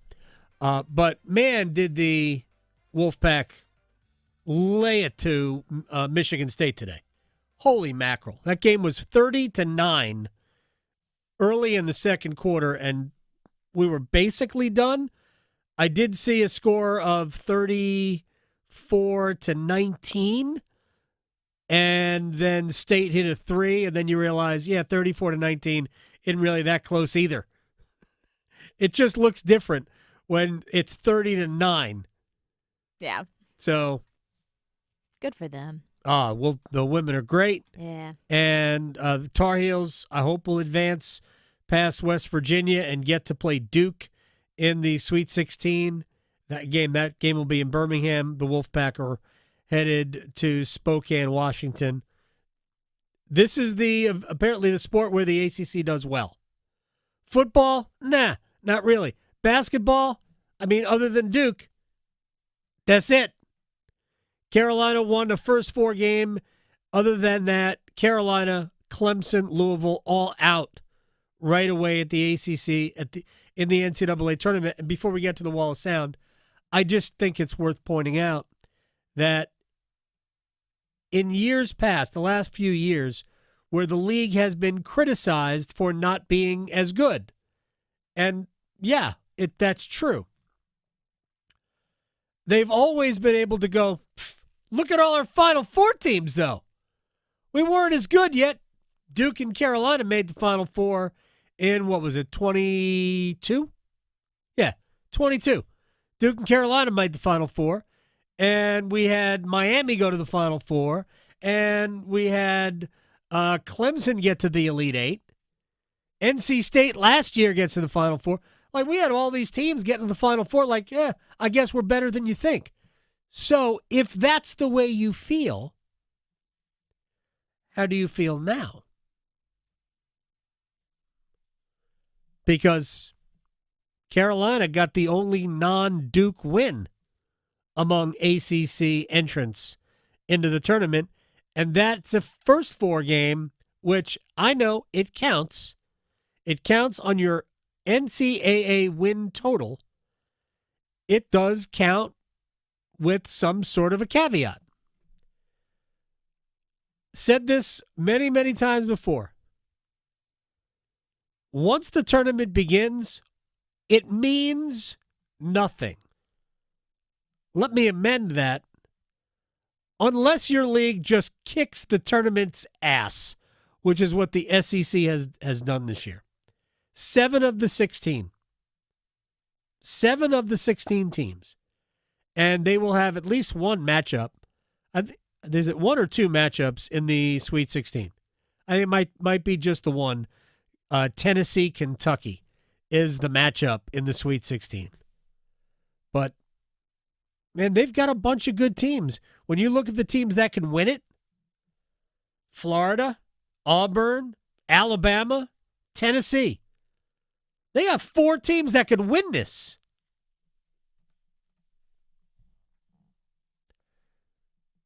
ACC's got Duke. They could also win it. They might have the best chance of anybody. Chances are, we could see a rematch. We are going to see a rematch for Duke in the Sweet 16. They will take on Arizona. All right, let's Wall of Sound. The Wall of Sound is a function of this studio. There's no doubt about it. All right, and we'll start with the Carolina Hurricanes. Rod Brindamore, after the game. Taylor Hall had played very, very well for just about his entire stay with Carolina, and he came over the same day that Mikko Rantanen did. Hall was used as the money filter so the Hurricanes could get Rantanen under the salary cap. Chicago retained half of Mikko Rantanen's salary, and then they threw in Taylor Hall, for which the Hurricanes gave Chicago, I think it was a third-round pick. I think it was a third-round pick. So, would you trade a third-round pick even up for Taylor Hall? I think you would. He has been great, and he finally got rewarded with a hat trick yesterday. Real dynamite, really. Just every shift felt like he was impactful all around it. He's been really good since he showed up here, but hadn't quite got rewarded for what he has been doing, and tonight he did. So that what is it, the fifth goal or whatever, maybe the fourth goal, I don't know. The one that down low where he stick handled around him, that's a special goal. So he had a great game. Rod's head was spinning. Carolina scored so many goals, he didn't know how to process it all. All right. Yes, Carolina scored 5. I don't know how Edmonton. I don't know how Anaheim didn't. Well, I do. Frederick Anderson, and Rod says that was the key. Well, the goaltending was pretty darn special tonight again, so that was good. Especially 6 power plays. We can't, that's our penalty kills to have to kill. That's too many. So your best penalty killer has always got to be the goalie, and I thought he did a great job. And we actually had a ton of short-handed chances too, and unfortunately weren't able to score there. But just a good team effort. 20 guys I thought played extremely hard, and we got the win. All right, so Sebastian Aho did have 3 shorthanded breakaways. You know what Sebastian Aho didn't have? A goal. A shot on goal. Yeah. He had 3 shorthanded breakaways, 2 of which he lifted high over the crossbar. The other was defended well enough where I'm not even sure he got a shot off. So he had no shots on goal, but 3 excellent opportunities to score. Kind of glad. He'd be, like, really mad at himself. He might be anyway. If the Hurricanes didn't win that game. Carolina was very good. Frederick Anderson was very good. All right, the postgame of Duke's win over Baylor was intriguing to me. I watched the entire press conference today. I was really interested in what John Shire had to say about Jeremy Roach. But as I'm watching it, I was moved by Shire's reaction to Tyrese Proctor, this is his 3rd year at Duke. He came in a year earlier than normal. I think most people probably remember that if you kind of had your memory jogged. And here's Shire after the game talking about the guy who scored 25 in the win over Baylor.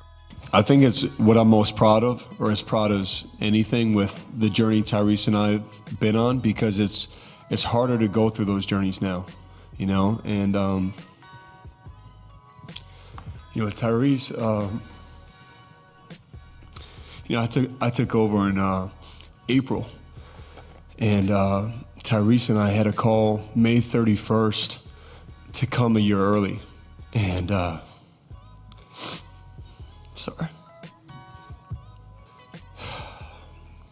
I think we knew there'd be some rough patches, reclassifying, but there were his first year. But he had some big time moments. Like, he came on strong down the stretch, and he could have made a decision to even go pro after his freshman year, a year early.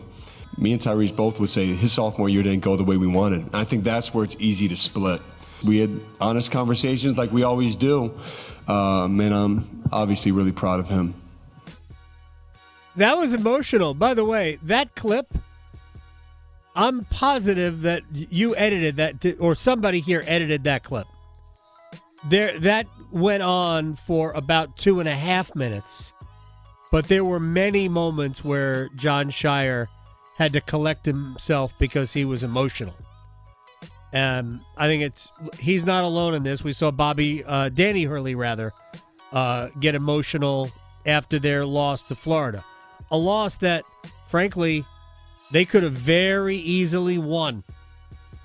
Connecticut had the ball I think the lead was 5 after a turnover, and turned the ball right back over.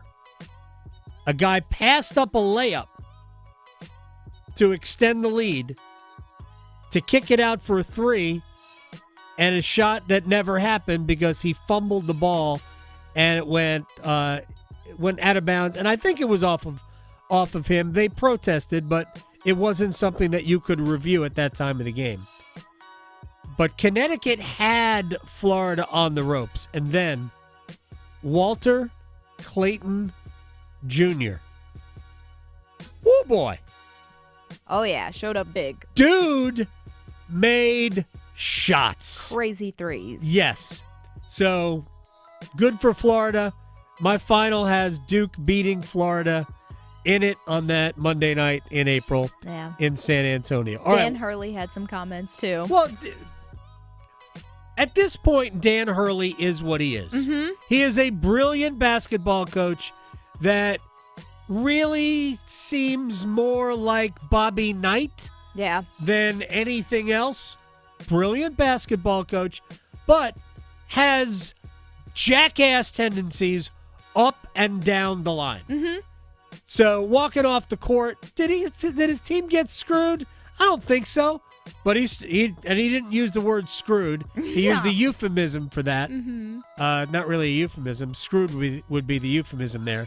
Yeah. But he used that as he was walking past Baylor. I hope you guys don't get bleeped like we got bleeped. Yeah. Like, nah, man, I don't think you got bleeped. No, I don't. I think you got beat. Mm-hmm. And that's okay, because Florida was better than Connecticut was this year. Yeah. All right. When we come back, Brooke Pryor covers the Pittsburgh Steelers for ESPN. Is Aaron Rodgers about to be a person of interest for Brooke? Next. Talking sports, dropping truth. The Adam Gold Show on the North Carolina Sports Network. We're in the middle of the madness. Proctor, the three. Proctor fired up. From the first four to the national championship. A lob to Cooper to punch it down. All the hoops action will be heard here. It's been the Tyrese Proctor Show.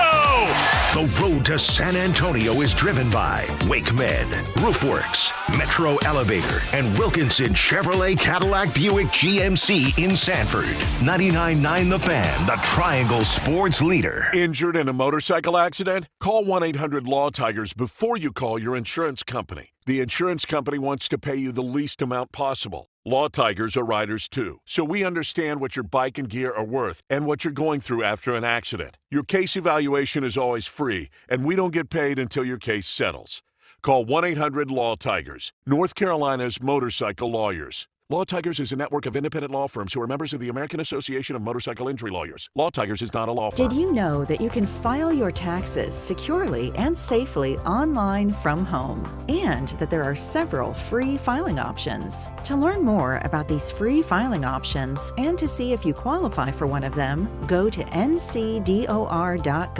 If you qualify and file online, you'll get a confirmation when your return is submitted. Sponsored by the North Carolina Department of Revenue and the North Carolina Association of Broadcasters in cooperation with this station. Save the date. Give UNC returns on March 25th. Are you ready to support the passion, determination, and excellence of the people who make UNC Chapel Hill a place like no other? Don't miss out. Hey everybody, it's Paul Ihander from 99.9 The Fan for FanDuel. Hey, so your brackets are busted? Well, new customers at FanDuel can get $200 in bonus bets when your first $5 bet wins. That's 200 extra bucks to bet on everything from clutch shots to last-second heartbreaks and even who's cutting down the nets. If you've been waiting to join, there is no better time. There's tournament action almost every day, and FanDuel has amazing bet types like spreads, totals, game props, and so much more. So what are you waiting for? Visit FanDuel.com/Paul. That's Paul with a capital P. And get in on the college hoops action all tournament long. 21 plus and present in North Carolina. First online real money wager only. $5 first deposit required. Bonus issued as non-withdrawable bonus bets which expire 7 days after receipt. Restrictions apply. See terms at sportsbook.fanduel.com. Gambling problem? Call 877-718-5543 or visit morethanagame.nc.gov. Why did I wait so long to see a retina specialist? Retinal disease can steal your eyesight, but it doesn't have to. Patients who seek care from a retina specialist have the best chance of preventing vision loss due to age-related macular degeneration or diabetic retinopathy. AMD symptoms to look out for are distortion or warping of straight lines, as well as blurred or loss of central vision. Patients with diabetic retinopathy should seek treatment if they notice the appearance of spots or floaters or blurred and distorted vision. Visit seeforalifetime.org. If you see a student being bullied, be supportive. Ask if they're okay and invite them to join you. You'll be an ally and you can make a friend. Friendship! Visit StopBullyingSpeakUp.com and join Cartoon Network to redraw your world without bullying. Paying rent can feel like throwing money away.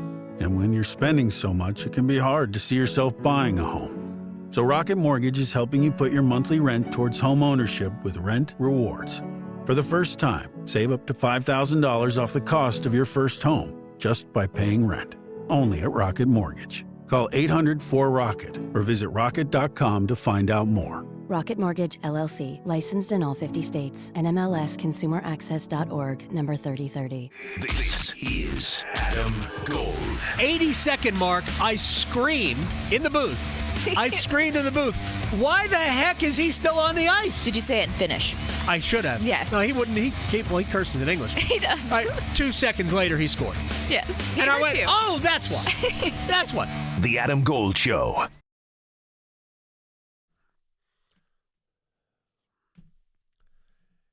It's the Adam Gold Show. I am Adam Gold.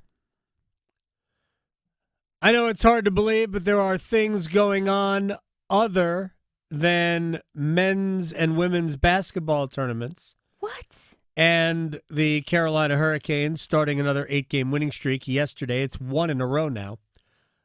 We have the women's basketball tournament on my screen in front of me. Illinois, the 8th seed, is taking on top-seeded Texas, and the Illini with an 11-10 lead in the first quarter, relatively late. Just about 2 minutes to go in the first quarter. NC State already did unspeakable things to Michigan State today to advance. Duke advanced yesterday. Carolina plays at 7 o'clock tonight at Carmichael against West Virginia. Brooke Pryor covers the Pittsburgh Steelers for ESPN, and she joins us on the Adam Gold Show because apparently Aaron Rodgers is stalking the Pittsburgh Steelers. Is that really what is going on? He visited yesterday. Did he visit in person or did he do it virtually from a darkened room?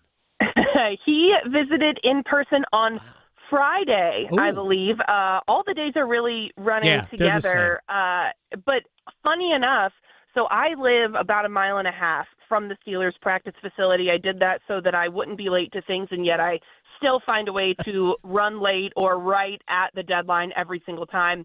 And Friday morning, I said, all right, I'm going to get up and I'm going to go for a walk before I sit down on my couch and do nothing but watch college basketball the rest of the day. So I got up, I went on a walk. I walked right by the Steelers facility about a couple miles, and then I turn around and come back. And I had just passed it when I got news that he was at the Steelers facility. So then I turned around and went back and sat my happy butt on there's some stone benches, a little area right on the trail across from the Steelers facility. So I sat there and I watched the gate for, 15, 20 minutes trying to see if I could see him coming in or out. And then I called my editor and said, what do I do? And he said, well, would you be capable of doing a TV hit in your current form? And I said, not even a little bit. I'm in workout clothes. I don't have a mic. I don't have an extra phone. I don't have a tripod. And he said, go home and take a shower and be ready. We need you to be able to represent ESPN, and you're not there right now. So it's a good thing I left because he was at the practice facility for 6 hours, departed without a contract, which is not a surprise. I'm sure the Steelers would have liked to get him to commit to something while he's there, but the way I look at it is Aaron Rodgers is going to do this on Aaron Rodgers' time, but the fact that he was in Pittsburgh is a positive for the Steelers. You don't take a visit to somewhere unless you can see yourself playing there, working there. And if you're the Steelers, you don't bring someone in unless you can see them being a part of your organization. So it's a step in the right direction, but who knows how many more steps there are to go to get to that final destination. Brooke Pryor, who just walked us through her entire Friday, which was awesome. I have many questions, which I am not even going to ask at this point, maybe another time. Do the Steelers really want Aaron Rodgers? I mean, they're certainly committed to the bid if they don't. I think that at this point, all of their eggs are in that Aaron Rodgers basket. I mean, I think that my understanding is that their option 1A was Justin Fields. Their plan 1A was Justin Fields. Ooh. They offered him a contract. He went with the Jets, and I do not get the sense that they liked him so much that they were willing to get in a bidding war with him or with the Jets to acquire his services. So their plan 1B would appear to be Aaron Rodgers. Russell Wilson would appear to be plan 4, 5, 6, maybe not even on the numbers, because I go back to what Art Rooney and Omar Khan said right after the season, that it was their preference to sign either Russell Wilson or Justin Fields, and preferably to do it before the start of the league year. Well, Russell Wilson is still out there, and he is unsigned, which would tell me that their priority is Aaron Rodgers, because if they wanted Russell Wilson, they could have him. And I don't know that this is trending in a direction where if they don't get Aaron Rodgers, that they would fall back on Russell Wilson. To me, they signed Mason Rudolph so that they didn't have to fall back on Russell Wilson. But, things change. Things are very fluid. But that's just the sense that I get at this point. So because personally, I think Aaron Rodgers is, for the most part, washed. And I think the Jets have an offensive line situation that's probably similar to the Steelers. It's occasionally good, mostly just kind of okay at best. And I think he's got similar receivers. Certainly, DK Metcalf makes George Pickens even better. And now you've got two bona fides, even though Pickens is a little bit of a wild card too. I'm not sure how well the Steelers didn't run the ball all that effectively last year with Najee Harris. He's gone. You've got Warren. You've got Kenneth Gainwell in. So I'm not sure what that offense is like. I'm also not sure how many places Aaron Rodgers has. The Giants just signed Jameis Winston. So I'm not sure how many options Rodgers has at this point. Have you checked your phone the last couple of minutes? Maybe the Steelers are about to sign Rodgers, and you got to get called back. Listen, my phone is connected to my Apple Watch, and every time it buzzes when I'm doing a radio interview or something else, I am constantly checking my watch, and I live in fear, but also maybe live in hope of relief that this is going to be over soon. I will say that Aaron Rodgers, the best thing for him about Pittsburgh is that there are question marks in a good way, because yes, the line was not stellar last year. The run game was not stellar last year, but there are enough changes that are on the horizon or in the process of happening that could be a positive. They could also be a negative, but if he is an optimist, which I don't really know how Aaron Rodgers sees himself, but when I look at the Steelers' offensive line, they parted ways with Dan Moore in free agency. That paves the way for Broderick Jones to move to left. Broderick Jones was their starting right tackle for most of last season, and he did not have a good season, but he's naturally a left tackle. This is the position that they envisioned him to be in when they drafted him. So you move Broderick to left. That opens the door for Troy Fautanu, last year's first-round pick, to start at right tackle, which is what he was drafted to be. And he missed almost the entire year with a knee injury. So there are two potential upgrades on the line that I think help a lot. You've got a really good center in Zach Frazier, who's young.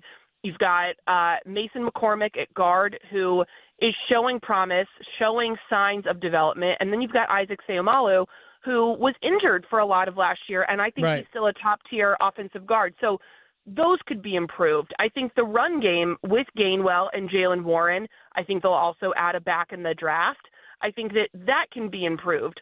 The biggest question mark for me with Aaron Rodgers in this offense is that he does not necessarily do the things that the Steelers offense wants to do. He's not, at this point in his career, he's not throwing the deep ball all that consistently or all that the volume isn't there. That's what Russell Wilson does. When you get DK Metcalf and George Pickens, you would seem to want to use a quarterback that can get them the ball. Mm-hmm. He also doesn't throw to tight ends very often. Why would you pay a tight end like Pat Fryermuth if he's not going to get the ball? He's a much better receiving tight end than he is a blocking tight end. So I would think that you'd want a quarterback that can maximize those weapons, but I think the Steelers are looking at it like, look, Aaron Rodgers is a Hall of Fame guy. He's a 4-time MVP. He has more left in the tank, and we can work with him. We can make our offense work around him. But it's not, to me, a seamless fit. I don't think it's a fit either. Not to mention the fact that he can't keep his reservations for that trip to Egypt or wherever it is he's going to go during the middle of training camp like he did last year because Mike Tomlin won't have it. For some reason, Robert Saleh allowed it. They declared it an inexcused absence, but it didn't cost Aaron Rodgers anything but the fine. The dumbest, the worst example of leadership on both ends that I have ever seen in professional sports. It's not like Rodgers didn't know that his trip in the second week of August was happening during NFL training camp, and he still did it. It's just amazing the power he tried to flex and successfully did, I guess, on the Jets. All right, let's go under this assumption. Rodgers and the Steelers can't come to some agreement because I can't imagine that the Steelers would allow Rodgers to miss the mini camps and all of those things that Rodgers doesn't really want to be a part of. So let's just say that it doesn't work. What's next for Pittsburgh? Because they have a defense that is good enough to compete if they have the right quarterback. So what would be the next plan? That is $1 million question, maybe a draft pick in there. Right. I think that at this point, I could see them drafting a quarterback and going into the season with Mason Rudolph as QB1, maybe waiting to see what vet QBs get cut. I don't get the sense that they want to go back to Russell Wilson, but I get the sense that he would be willing to come back. I think that he wants to be in Pittsburgh. But the options, I mean, they've really painted themselves into a corner here, and the best thing for this organization would be to get a mid-round quarterback. Don't use your first-round pick on a quarterback. This is not a deep class. That would just be repeating the mistakes of the Kenny Pickett year when you had to get a quarterback.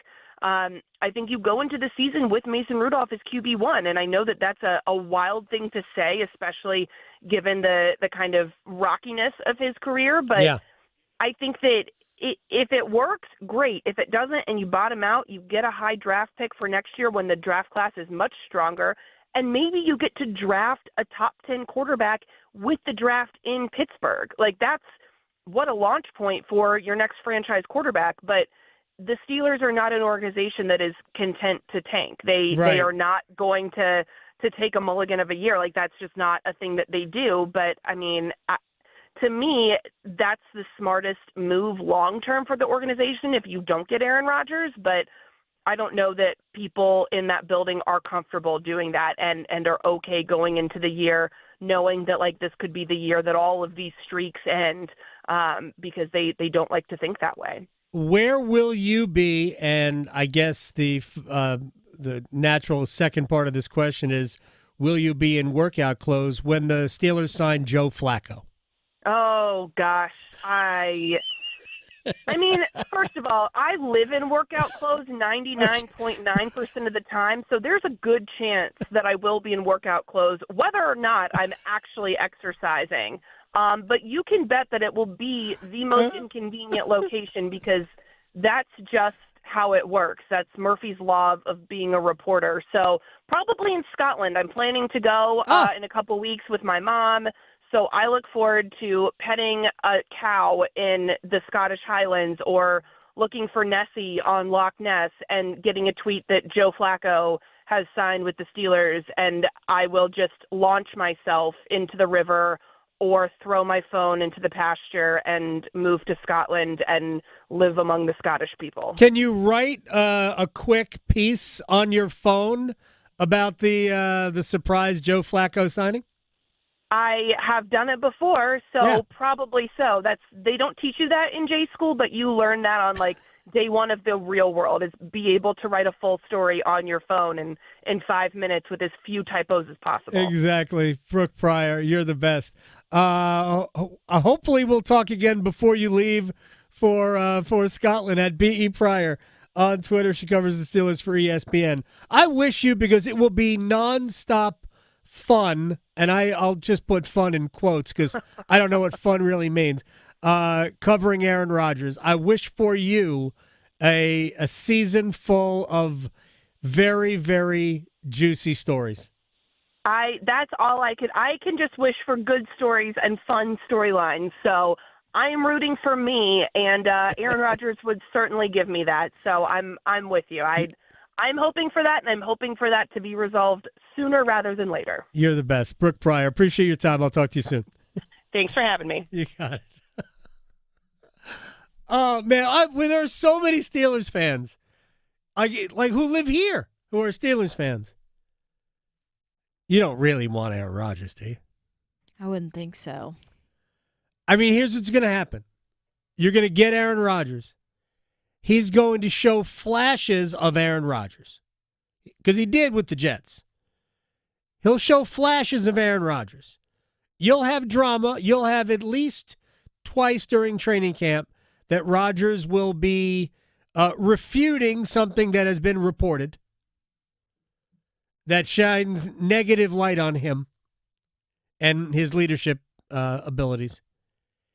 He'll have like a handful of really good plays in a given game. And then he'll throw a terrible interception because he doesn't quite have the arm strength he used to have. And when you don't quite have the same arm you used to have, your accuracy suffers. That's what happened with the Jets. His accuracy suffered. And when you're used to being able to throw the ball exactly where you've wanted to throw it your entire career, and all of a sudden it isn't there because you either need to exert more effort to get the ball out, or you just don't have the same zip. You don't have to be that far off. You know who I love quoting more than anybody? Who's that? Steve Logan. Yes, you do. Steve Logan. Difference between college and pro. In college, quarterbacks have to throw it through the tire. Right? That's your window in college. It's probably a little bit bigger than that. But in relation to this, in the NFL, you're trying to fit the ball in through a keyhole. You have to be silly accurate to be an effective quarterback in the NFL. Either that or you better be able to do something else really, really great, which lessens the need to be super accurate with your arm. I don't know how it's going to work out in Pittsburgh, but if Mason Rudolph is your starter in day one, you aren't good. Flat out. You are not a playoff team if Mason Rudolph is your starting quarterback. I hope Mason Rudolph's family is not in the listening area. Yeah, probably not. No, he's from Charlotte. Oh, could be. This is going to air in Charlotte later. It will. Sorry. Sorry, Mr. and Mrs. Rudolph. Sort of, maybe. All right, yeah. All right, we'll come back. We got to rewind. We'll get into some hoops. A lot of basketball. Oh, boy, a lot of basketball. And what happened to the ACC? We're used to the ACC winning in this tournament. Next. Making more sports sense than social media trolls. The Adam Gold Show on the North Carolina Sports Network. Hey, it's Adam Gold from my friends at FanDuel, America's #1 sports book. And are you ready for relatable topics? That's right. My bracket stinks. So does yours. So new customers at FanDuel can get $200 in bonus bets when your first $5 bet wins, $200 extra bucks to bet on anything from clutch shots to last-second heartbreaks, even who's cutting down the nets. Hey, you can get in whenever you like. If you have been waiting to join, no better time. FanDuel.com/AGS. FanDuel.com/AGS. Get in on the college hoops action all tournament long. FanDuel.com/AGS. Let's do it. 21 and over and present in North Carolina. First online real money wager only. $5 first deposit required. Bonuses issued as non-withdrawable bonus bets, which expire 7 days after receipt. Restrictions apply. See terms at sportsbook.fanduel.com. Gambling problem? Call 877-718-5543 or visit morethanagame.nc.gov. Every day, people battling addiction suffer in silence. Because of stigma, they fear judgment. They fear being labeled, and too often, they don't get the help they need. But you can help change that. Join the Governor's Institute and be a superhero in the overdose battle campaign. Learn how to break the stigma, support those in need, and save lives. Visit governorsinstitute.org/superhero to get involved. Be a hero, fight stigma, save a life. The Body Armor State Games are coming to Greensboro this June. Registration is open to athletes of all ages and skill levels in 20 different sports. The Body Armor State Games feature 11,000 athletes and 600 teams. Don't miss out on North Carolina's largest sports festival of the year. Visit bodyarmorstategames.org today. That's bodyarmorstategames.org. The Body Armor State Games are proud to partner with Truist, Lowe's Foods, and Blue Cross and Blue Shield of North Carolina. The North Carolina Healthcare Association invites you to listen to this month's podcast, Conversations on the State of Healthcare. North Carolina needs more than 12,000 RNs and 5,000 LPNs over the next decade to meet the demands of its aging and growing population. In our latest episode, produced in partnership with the North Carolina Healthcare Association, we speak with NC Healthcare Association President and CEO Josh Dobson to learn more about the need and where you or someone you know might fit in. The people who work in hospitals and healthcare facilities, they really are the backbone of our communities. They are the ones providing care. They ensure quality treatment and making a difference in patients' lives every day. That's why it's so crucial to not only celebrate their work, but also encourage the next generation to step into these roles. You can learn more and join our latest Conversations on the State of Healthcare wherever you listen to your favorite podcasts, and learn more by visiting nchealthcare.org.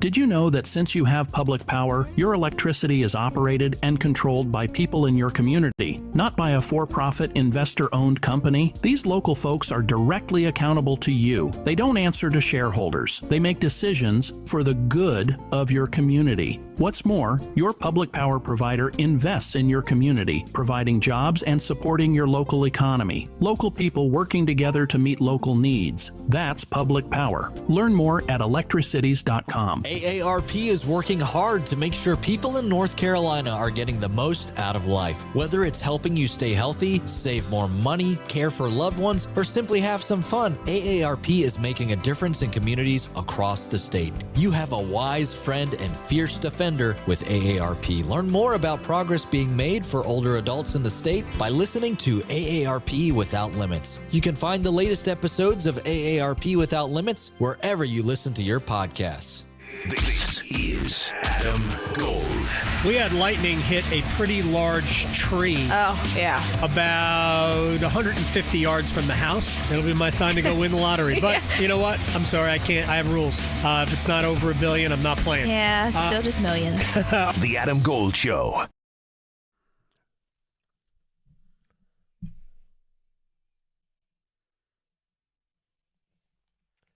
Happy birthday to Victoria. I see that on my timeline. Oh, because do I you? tweeted out our exchange. Did you see it? Oh, no. I tweeted out our exchange. Let me go. This, by the way, has the clip been placed on social media yet? I have not put it on there, but You I should. absolutely can. You should. All right. So this happened just before the 1 o'clock hour. Me, listening to the Beatles' birthday Yeah. song. Hey, it's someone's birthday. Is it someone's birthday today? Yep. Victoria, it's my birthday. Me, massive embarrassment, slams head on the desk in front of me. Yeah, exactly. That happened earlier today. Yes. If you get a chance to see the clip, you should put it out. I will put that up before the end of the You show should. today. You should. Just put it out there. This happened today. So, happy birthday. And people on my timeline now are wishing, let's see, JD, happy birthday. He added you, so you saw it. Commander Steve, happy birthday to the one and only Lady V. Oh. I don't know why I thought that was 5. Yeah. Like, what does that mean? I'm having one of those days. I guess so. I'm having one of those dumb days. Well, thank you, people on Twitter and Charles on the YouTube stream. There you just go. put that on there. Yes, we are on YouTube. For what it's worth, youtube.com/Adam Gold Show or 99.9 The Fan. Either way. All right, let's get to the rewind because we'll talk about the Tar Heels, talk about the ACC, and some other basketball stuff as well. And then maybe I'll go into some greater detail about some hurricane stuff. But, of course, if you are looking for detailed, I would say analysis, but I'm not sure that's the right word, musings on the Carolina Hurricanes, may I direct you to the Canes Corner podcast, which you can watch on YouTube or just download wherever you get podcasts. Canes Corner. We do it after every Hurricanes game. We did one last night. We did one Saturday in the evening after they decided they didn't want to win a 9th in a row. Actually, LA played very well, and they should get credit for that. It's not always that you stink. A lot of times the other team was just really good, and it was one of those things. And we are going to start that way with regards to the University of North Carolina. Mark Packer from the ACC Network joined me earlier on the show. And I've been saying this about North Carolina for a while. It's a flawed roster. They don't really have a center. Van Allen Lubin, to me, is a reserve on a good team. I think the same thing about Jalen Withers. I'm not saying he's not a good player, but if you've got a legit team, Jalen Withers probably isn't a starter on that. I mean, that's. I'm not saying he doesn't play. I'm just saying he's not a starter on that type of a team. And after falling behind by $1 billion against Ole Miss, because Carolina came back and made it a game. It was a one-possession game. And I think that there were too many Tar Heels fans that were like, man, if we just did it to ourselves again, we were asleep at the start. I'm like, no. You don't just decide certain games. You know what? We're not going to try in the first 20 minutes.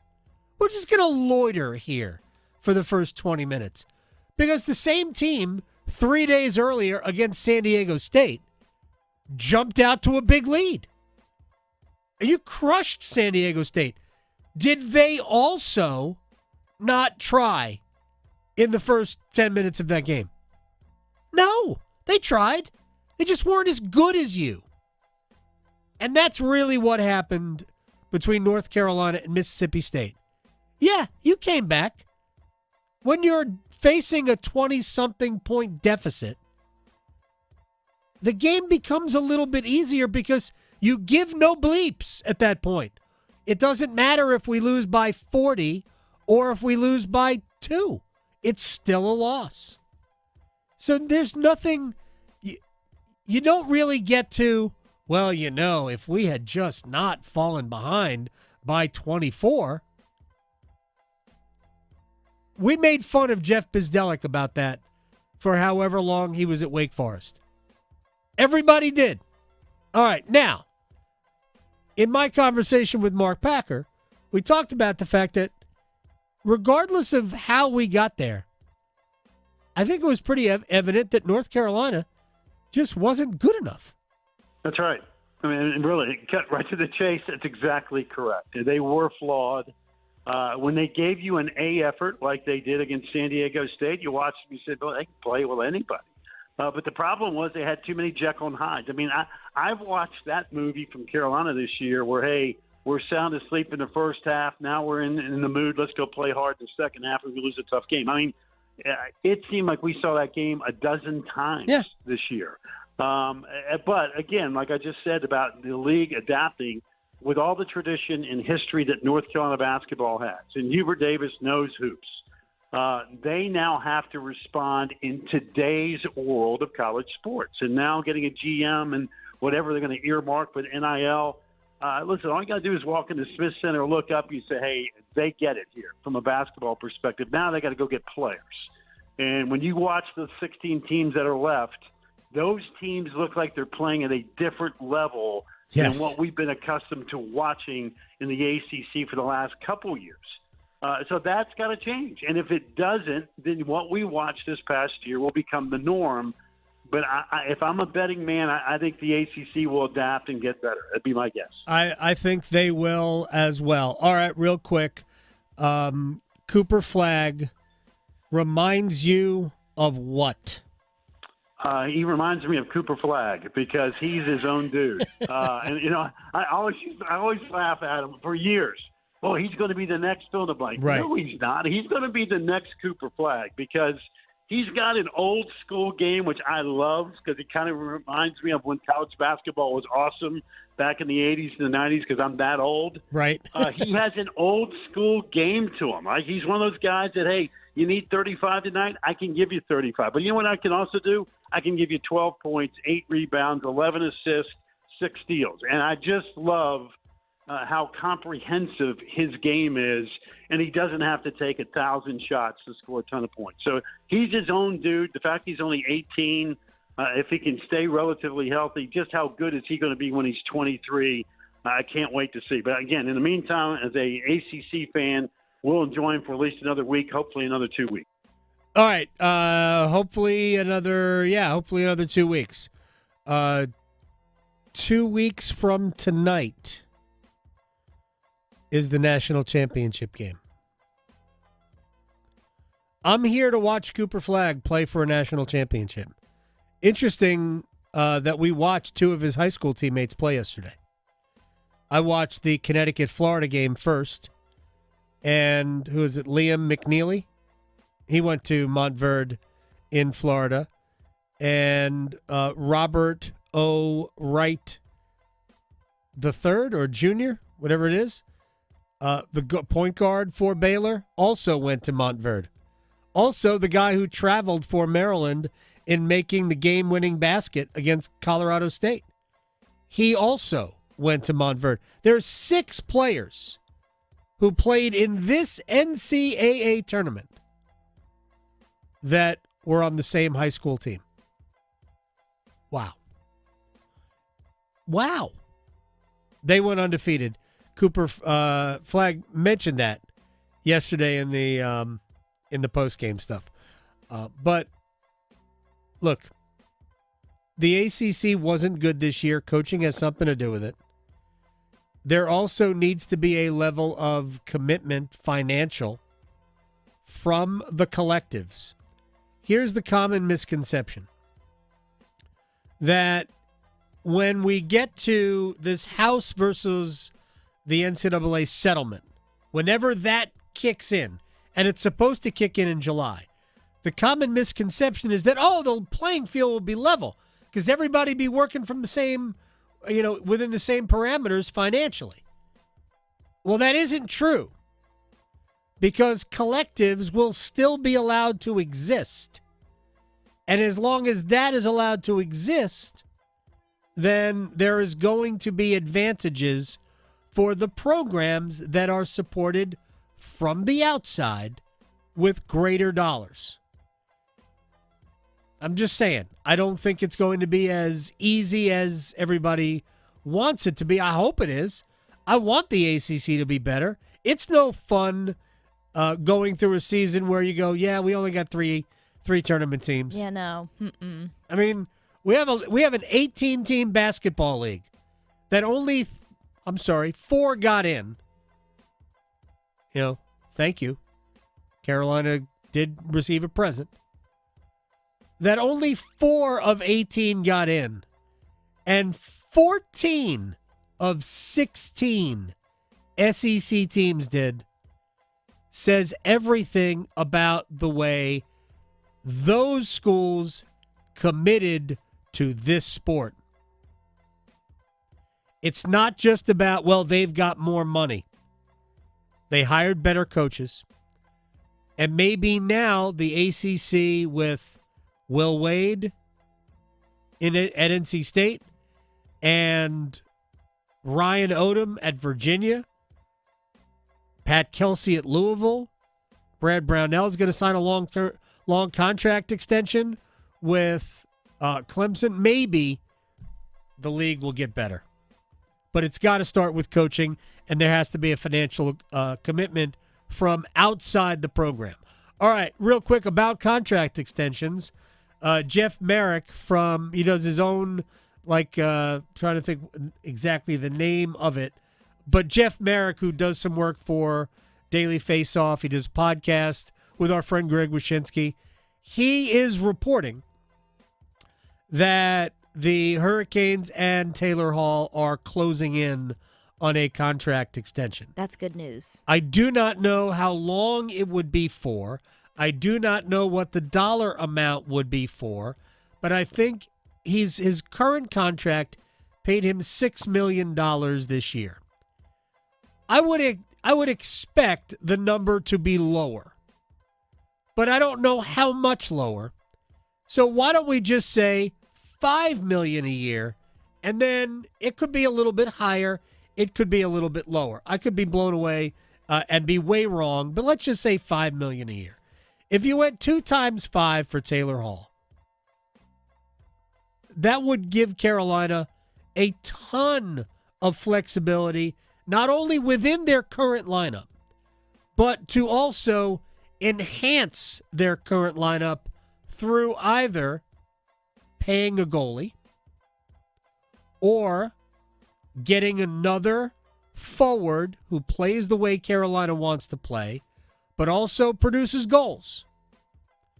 Mikko Rantanen, for whatever reason, mostly personal, but also hockey, didn't really look like he dug playing Carolina style. Rod Brindamore said something to me in a pregame interview. This is when Rantanen was still here, because I asked him about ice time. He was used to playing 22, 23 minutes a night in Colorado. And Rod alluded to the fact, he just kind of like slid it in the conversation. Says, well, he's used to not playing this hard. So it's hard to do what we do, what the Hurricanes do. It's hard to play that way. Not everybody wants to. They thought Rantanen would. As it turned out, not really. And Rod is not going to play a certain way with some players and not play, and not play the way the team is built to play. That doesn't make any sense. It also robs you from flexibility. So it wasn't going to work out with Mikko. But you're still looking for somebody who can score a bunch of goals, who is willing to play an aggressive way like that. And I don't know. I don't know who that player might be. I really don't. But we'll see what this Hall extension looks like. He does fit very well. Yes. In how Carolina wants to play. I'm excited for him. It's just he's also another. Like, I know he's in his mid-30s, so that's why I think the deal will probably be a 2-year deal. But it fits with speed, he's a bigger body, he's a super smart hockey player, and he is absolutely a playmaker. But he also hasn't ignored the other parts of his game. And I think that is super important. Last night was a very important win for 2 reasons. The first is that it was coming off of a loss. And when you've won 8 in a row, it's easy to have it go the other way for a few games, right? Because maybe you got a few breaks here and there over the 8-game winning streak. I would argue that they really didn't get too many breaks, maybe 1 or 2 that they normally wouldn't get. But ultimately, they needed to win that after the loss. And the other thing was they needed to see Freddie Anderson play good again. And he did. And now on Tuesday, hopefully, Pyotr Kochetkov will play well against Nashville. Victoria, Video's thank up. you. Questioning goalie interference calls since day one. The Adam Gold Show on the North Carolina Sports Network. What could you do with an extra $75,000 right now, or even a couple $100,000? If you own a home, you can get that money in less than a week with Loan Pronto. Hey, it's Dennis Cox. Loan Pronto is the leader in quickly converting your home equity into cold, hard cash. You can pay off all your credit cards or start that home remodel. Loan Pronto has several easy options to let you access the cash from your home. There's virtually no paperwork, no cumbersome process, no junk fees, and often no appraisal. Listen. The average homeowner now has over $300,000 in equity. That's your money. Use it. One client got $150,000